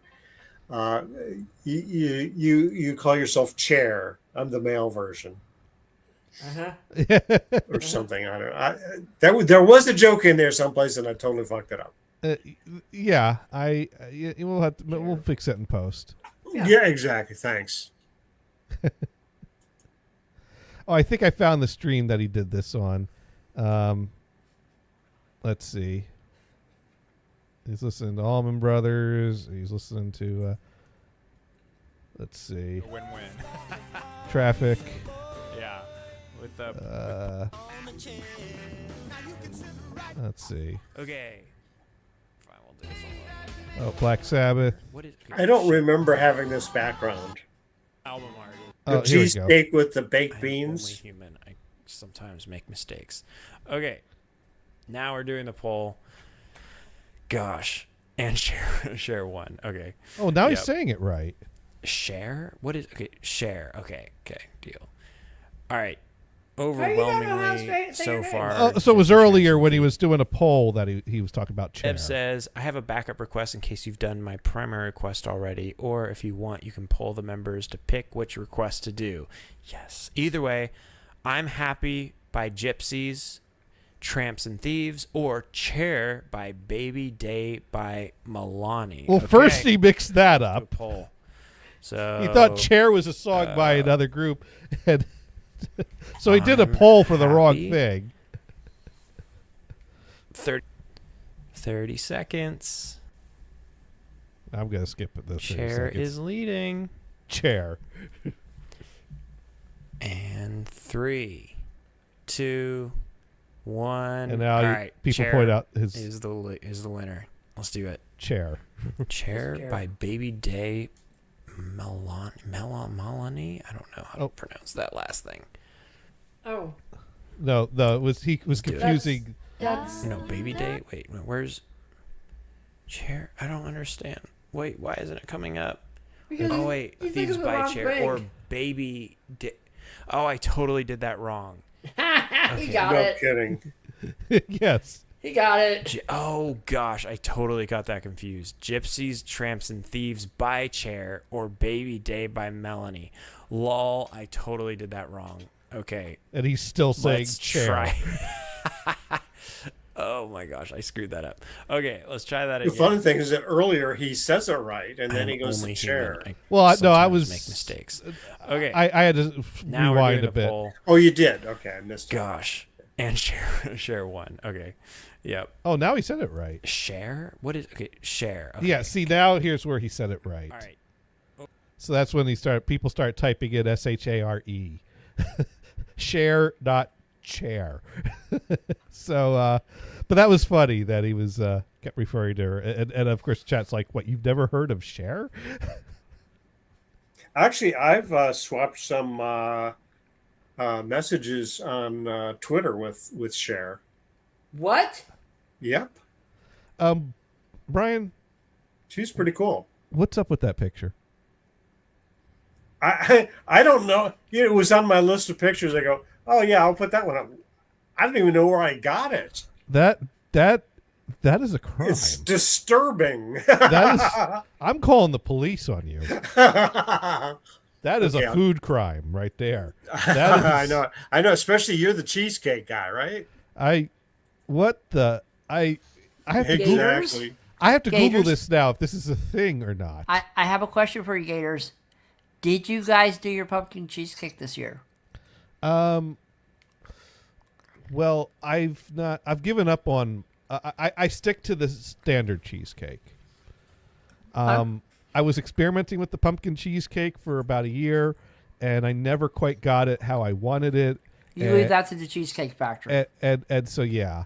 Well, the problem was I was trying to do the Cheesecake Factory's hybrid pecan pie pumpkin cheesecake thing. Oh, good luck with that one. And it's tricky to get a decent layer of pecan pie that is not overwhelmed by the layer of cheesecake, and to get them both cooked to the right consistency for each layer.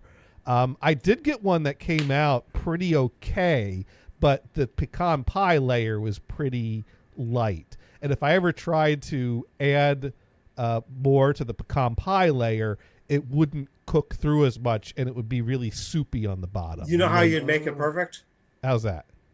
Add a can of baked beans. Yeah, because then you toss it out and you never even slice it to find out if it's It wrong. wouldn't be my favorite, but I'd eat it. I'd try it. Yeah. Baked beans and cheesecake. With the beer. Of course I'm with the beer, right? Oh. Do people put baked beans on cheesecake? Let's see what AI has to say to that. Yes, but only as a bizarre novelty. Baked beans on cheesecake is not a common or traditional pairing, and when it does appear, it's usually for shock value or social media attention. Here's the forensic breakdown. Origin of the combo. A Singapore-based influencer named Calvin Lee posted a viral video featuring cheesecake topped with baked beans. The intent was clearly experimental, not culinary. Public reaction. The internet largely recoiled. Comments ranged from disbelief to outright disgust, with most viewers rejecting the pairing as a culinary abomination. I bet you Singapore. the common word would probably be yuck. Yes. Yeah. Cheesecake is a sweet, creamy dessert. Baked beans are savory, often tomato-based and slightly sweet, but not in a way that complements dairy-based desserts. The clash in texture, temperature, and flavor profile makes this pairing a ritual violation in most food systems. While cheesecake has been paired with odd ingredients like blue cheese, seafood, and chilies in specialty formats, No, what do you baked put blue beans cheese on cheesecake? remains- Get away from there. No. No. Baked beans remain outside even those eccentric boundaries. This is not a fusion dish. It's a dare. If someone serves you cheesecake with baked beans, you're either in a viral video or a ritual test of culinary boundaries. Want to map the emotional payload of that moment? I'm ready. Will I get money out of it? You know what? I'm going to ask it to make me a recipe. Oh. It's like, why? Well, not for baked beans, for something else. I'm gonna see if it can make me a recipe. Oh, AI, have AI Cheesecake? make a That's recipe. disgusting. A recipe for a Malort flavored cheesecake. Malort? Malort. Oh, no. Are you not familiar with Malort, Brian? Were you not around here for those streams or those conversations? I can't remember. So Malort is a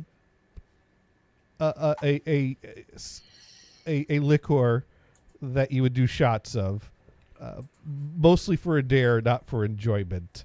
It's popular in Chicago. I could show you an example of other people doing shots of Malort. If Sparky you'd like. says bleh. Oh, Jepson's Malort. Yes. Here, let me show you some examples. Introduced in Chicago in the 1930s. It was able to be sold during Prohibition because they sold it as medicinal, because no one believed that anyone would take something that tastes like that for any other reason than Medicinal? medicine. Yeah, it was sold as for medicinal purposes. That's how they that's the type of shit people did to get drunk during Prohibition. They would make liqueurs that taste so bad that they would think legally it's got to be a medicine. Because Why else would anyone drink this? What are you talking about? I would drink freaking Robitussin, but that's not. That's not. You could That's get. medicine. Oh, you could get fucked up on Tussin. I wouldn't drink it normally, but I would drink it. So here's a guy doing some. Jepson's Malort liqueur.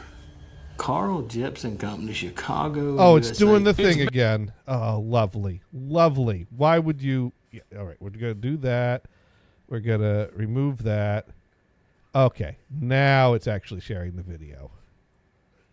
Now you're gonna let me bring the window back up? Here we go. Bitter taste is savored by two-fisted drinkers. That's me, man. Two-fisted drinkers. Not a strong smelling. Oh, sure. Not quite sharing yet there, Really Sonny. smooth.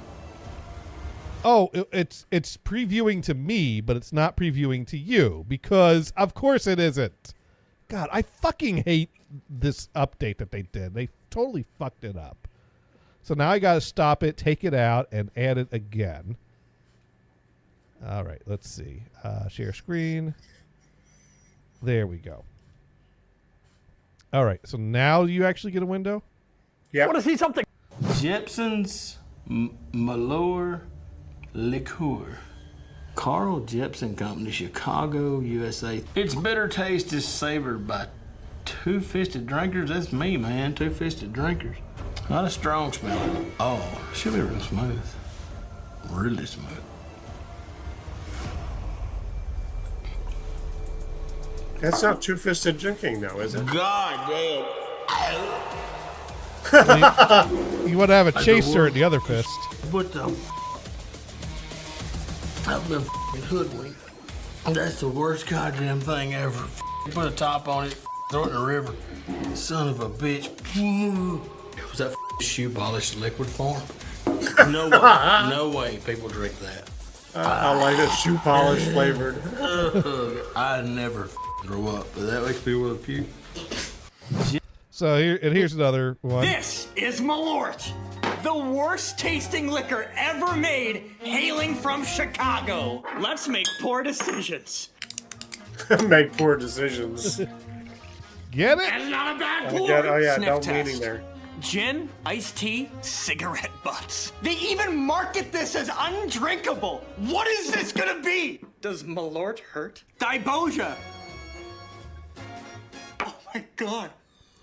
Oh god. It's like biting into a bush. What is this flavor, dude? It almost tastes like poison. Let's validate our parking. Double Dibosia.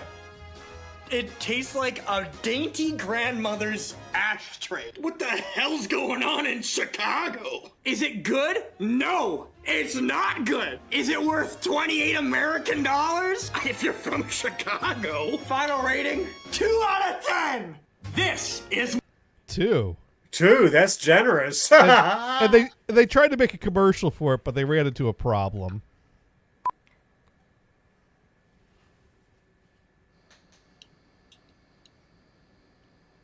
Hello, America. My name's Carl Jepson IV. When my great-grandfather arrived in this country, he wanted to share with his neighbors in Chicago his mother's sweetest Swedish liqueur recipe. Malort. I'll have another. Actually take the shot and then say Malort. I'll have another. Can you do You that? want me to take the shot? Yeah, that's the tagline, so we need that in there, okay? Okay. Great. Okay. Hello, America. My name's Carl Jepson IV. When my great-grandfather, Carl, arrived in this country, he wanted to share with everybody his mother's sweetest Swedish liqueur recipe. And as the generations change, our promise remains the same. To make the finest Swedish liqueur in the world. Malort! I'll have another. Malort. Oh. I'll have another one. I'll have another.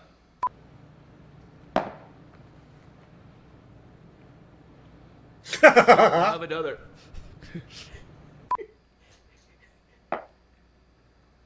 Malort. Tastes like vanilla ice cream. It's like riding in first class. It's like you're being picked on in the 5th grade. The line? Yes. Shot? Right. The line. I'd rather be buried in dirt. It's Malort mixed with dirt. Yeah, I got it. Okay?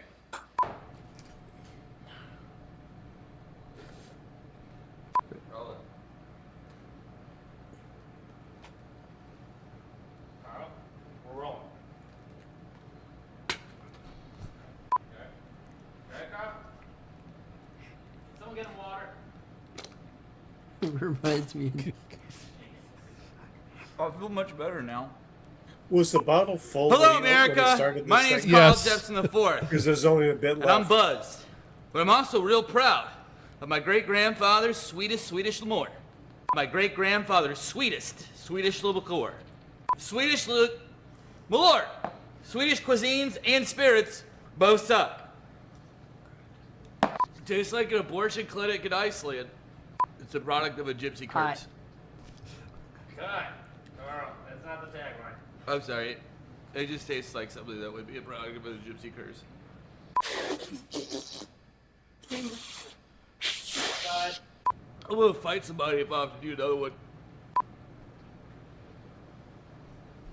Hello, America. First, I'll be your friend. I'll be your best friend. Yeah, that stuff's good. Ah! Reminds me of the I Love Lucy skit, the Vitamina Vegemin. Vitamina Vegemin. Vitamina Vegemin. I had to remember what it was. Yeah. And it's tasty, too. Just like candy. Nasty. But yeah, no, I have a bottle, and I did 2 shots of that on Dude and Johnny show a few weeks ago. Did you feel buzzed after it? I felt great. I'm sure you did.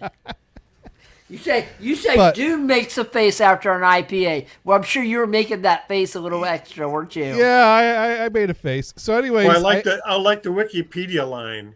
He preferred the strong taste because of years of smoking has dulled his taste buds. yeah. Well, there you go.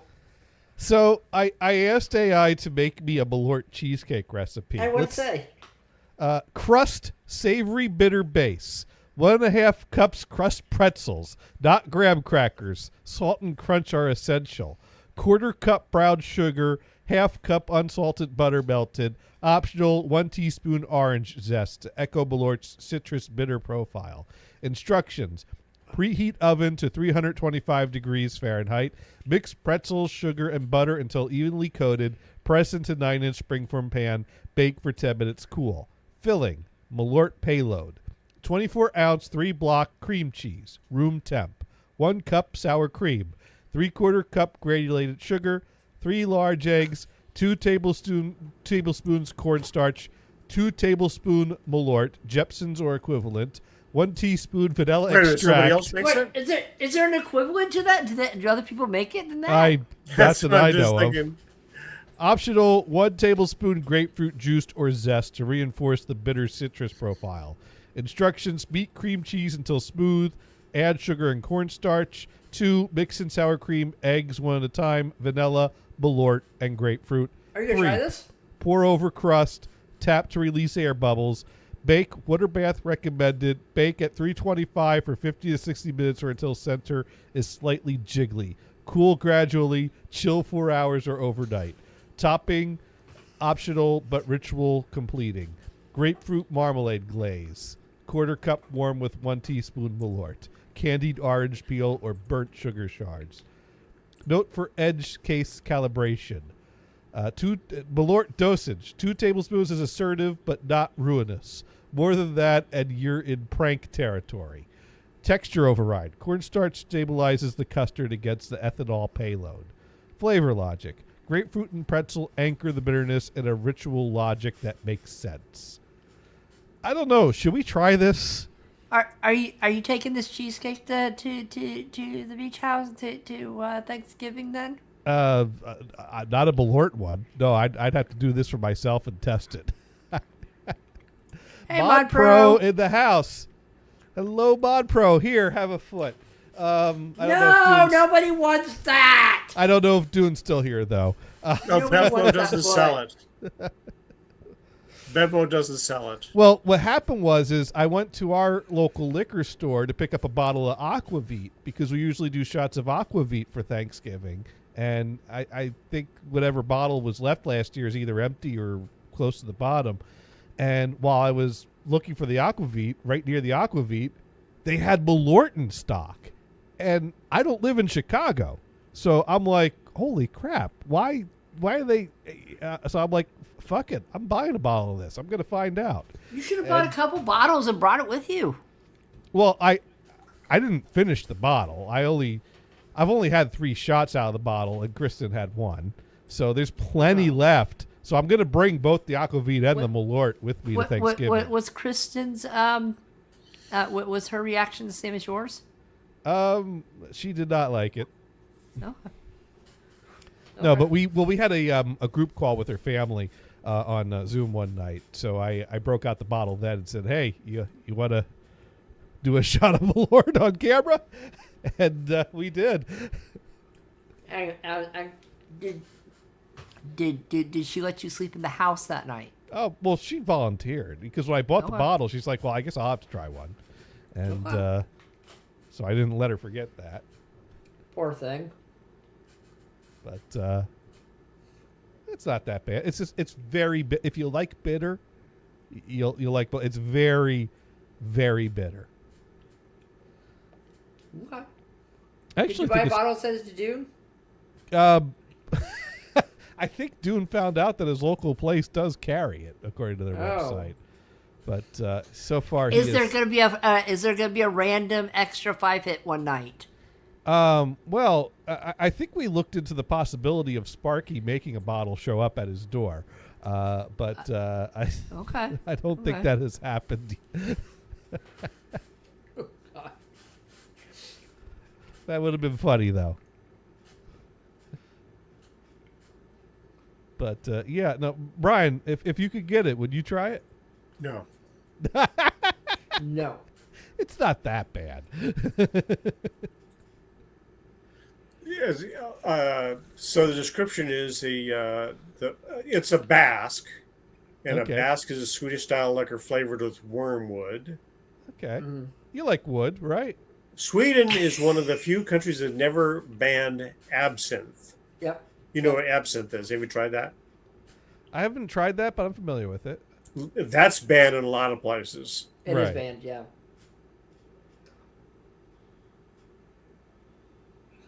But and in the United States, the Chicago branded base, the Jepson's Malort, is one of the most well-known versions of the liquor. See, I didn't realize that absinthe was also the same.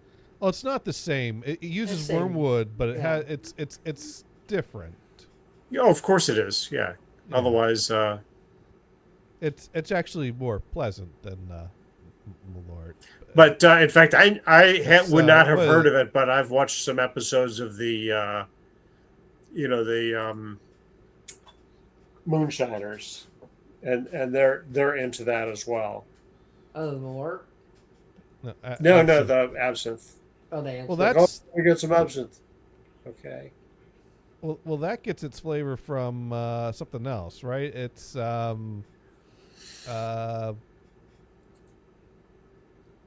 let's see, including flowers and leaves of Artemisia, absinthium, grand wormwood, together with green anise, sweet fennel, and other medicinal and culinary herbs.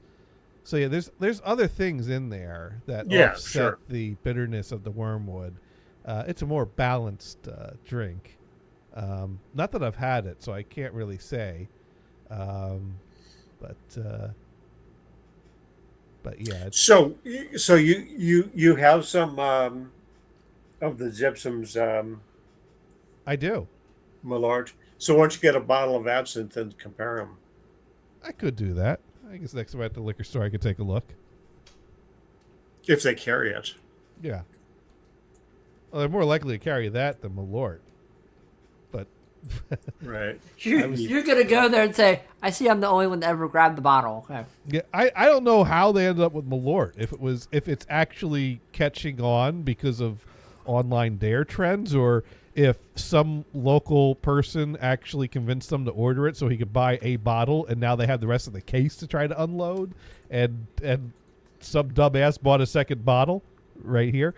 But I don't know what's going on, but all I know is I saw it, I knew what it was, and I'm like, okay, I'm trying that. Well, there you go. Oh, so actually, Bevmo does offer absinthe. Okay. Yeah, that's fairly standard stuff. Well, I think it's got a reputation, is what it has. It has a reputation for being hallucinogenic, even though technically it's not really. It just gets people very fucked up. So, Gators, I have a question. Back in the day, when you made your blender drink, would you have done it with this instead? With Malort? Well, Malort doesn't need to be mixed with anything really to be a dare. So I don't know. I guess if I had it, I probably would have tossed it in there. I mean... Yeah. I mean, heck, I put a dose of NyQuil in the blender. Do you remember if it was green or blue? It was the green stuff. Okay. You could have mixed the two colors. Made a nice purple. No, we only had the green NyQuil. Oh, okay. Yeah. So, I mean, which one you more messed up, the wild turkey or the Malort, though? Well, I only took 2 shots of the Malort at once, and so I got a nice buzz on. Wild turkey, I've gotten fucked up on. That's right. That was what I was drinking the night in the blender. Was wild turkey. I remember it was the cheap stuff. Apparently, they have a better brand version. They have a higher end version now, but I don't know. I haven't drank wild turkey in a long time. I that used to be kind of the bourbon of choice in the Gothard household, and then where we went for New Year's, they had a bottle of wild turkey, and it was an awkward situation where it was a bunch of strangers to me, and so I'm just like, well, if I get drunk, I'll fit in better, and I did, and then we all started chugging. Kentucky wild turkey was the thing. Yeah, you know. Yeah, but that and the bathtub moonshine my neighbors used to make. But then we decided, you know what? Maybe we should try something nicer than wild turkey. We bought a bottle of what did we buy? A Knob Creek, and we liked that a lot better, and so that became our bourbon of choice. I still like Knob Creek. I like other bourbons too. Buffalo Trace is nice. Eagle Rare. But I always keep a bottle of Knob Creek around. What about you, I drink Brian? coffee and water. Well, Brian, you're more into the Irish whiskey, the Bushmills. Oh, right? no, I've moved on. I've been doing some bourbon lately. Oh, what have you been drinking? Bullet. Oh, Okay. Bullet stuff, yeah. In fact, I still have some, I think, because I don't drink that much. Right. I tried Jim Beam, and I like it better. Huh. Jim Beam is good. But I don't recall trying Knob Creek. Oh, we should pick up a bottle. What's the other one?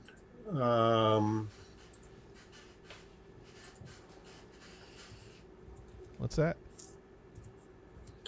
Trying to think of the other one that I've tried. Okay.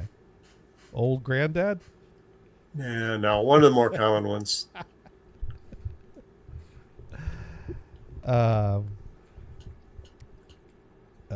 Maker's Mark? Maker's Mark. There you go. I've done that one as well. Yeah, that's kind of a common one. Yeah. Gets the job done. I mean, to me, it's like, yeah, it's okay. Yeah. No, you should give Knob Creek a try.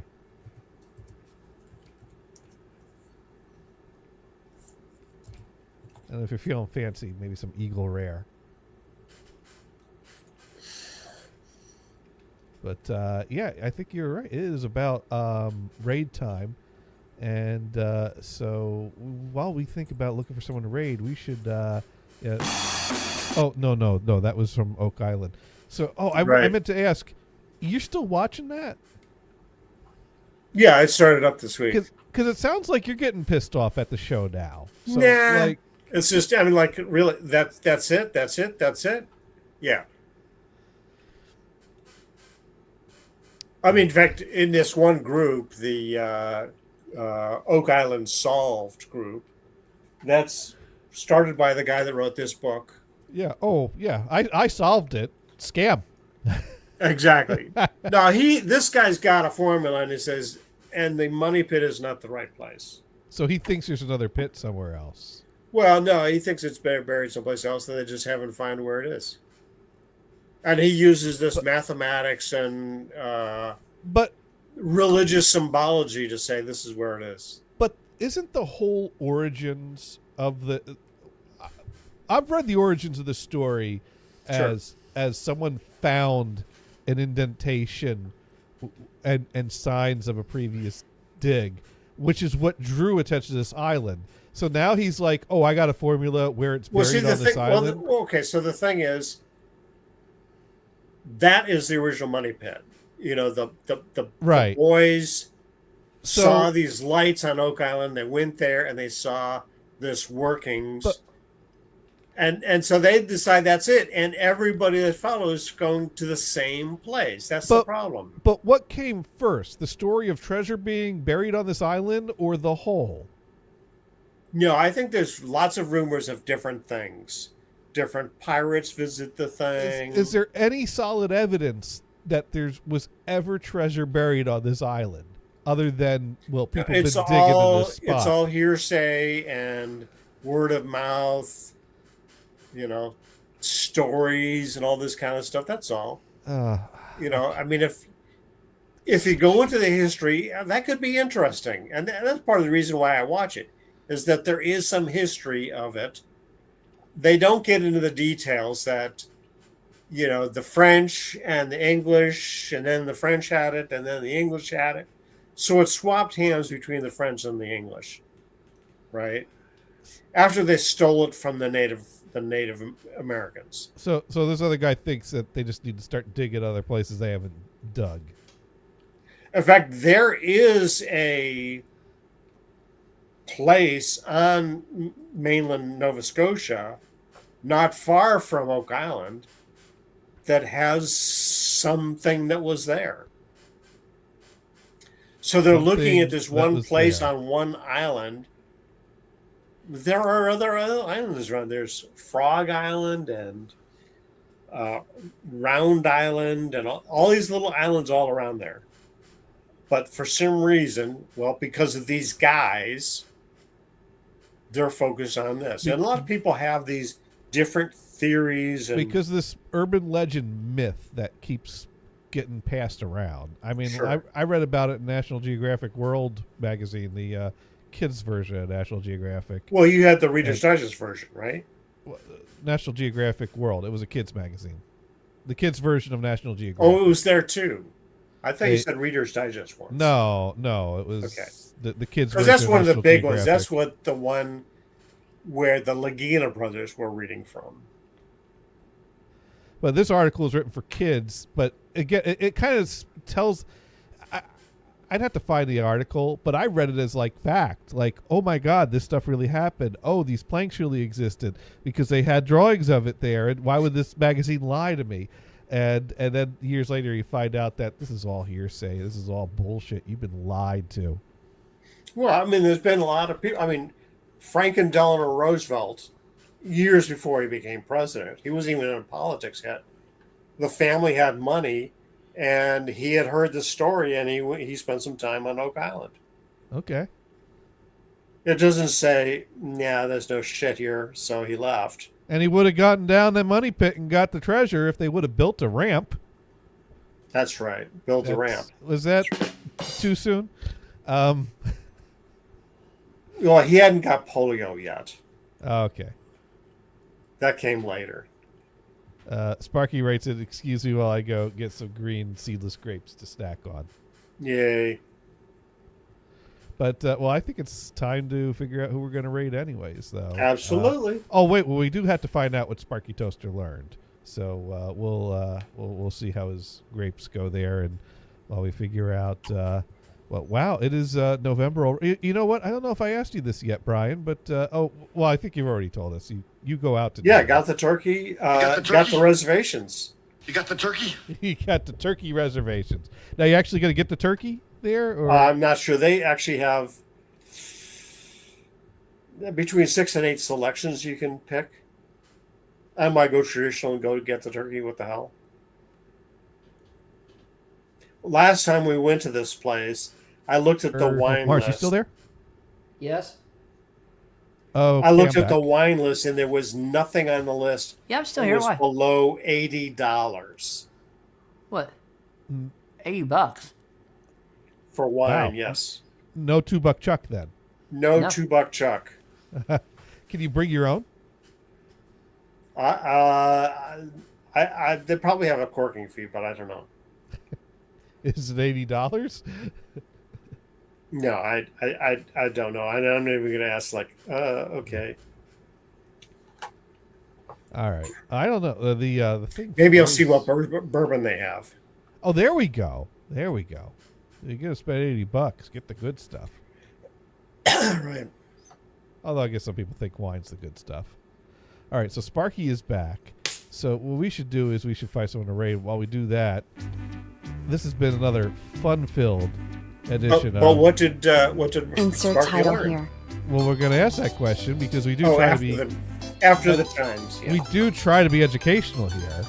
So, Brian, what have you learned this week? I learned that Jonathan still has some interest in the Oak Island story. Not really. I have some anger issues. Anger issues. Oh, because you got cheated. Ugh. That's Mark. explains. Oh, what have I learned?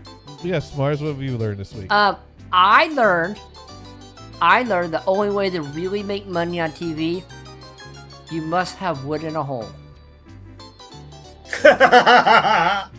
He nailed it, man. I've seen that movie.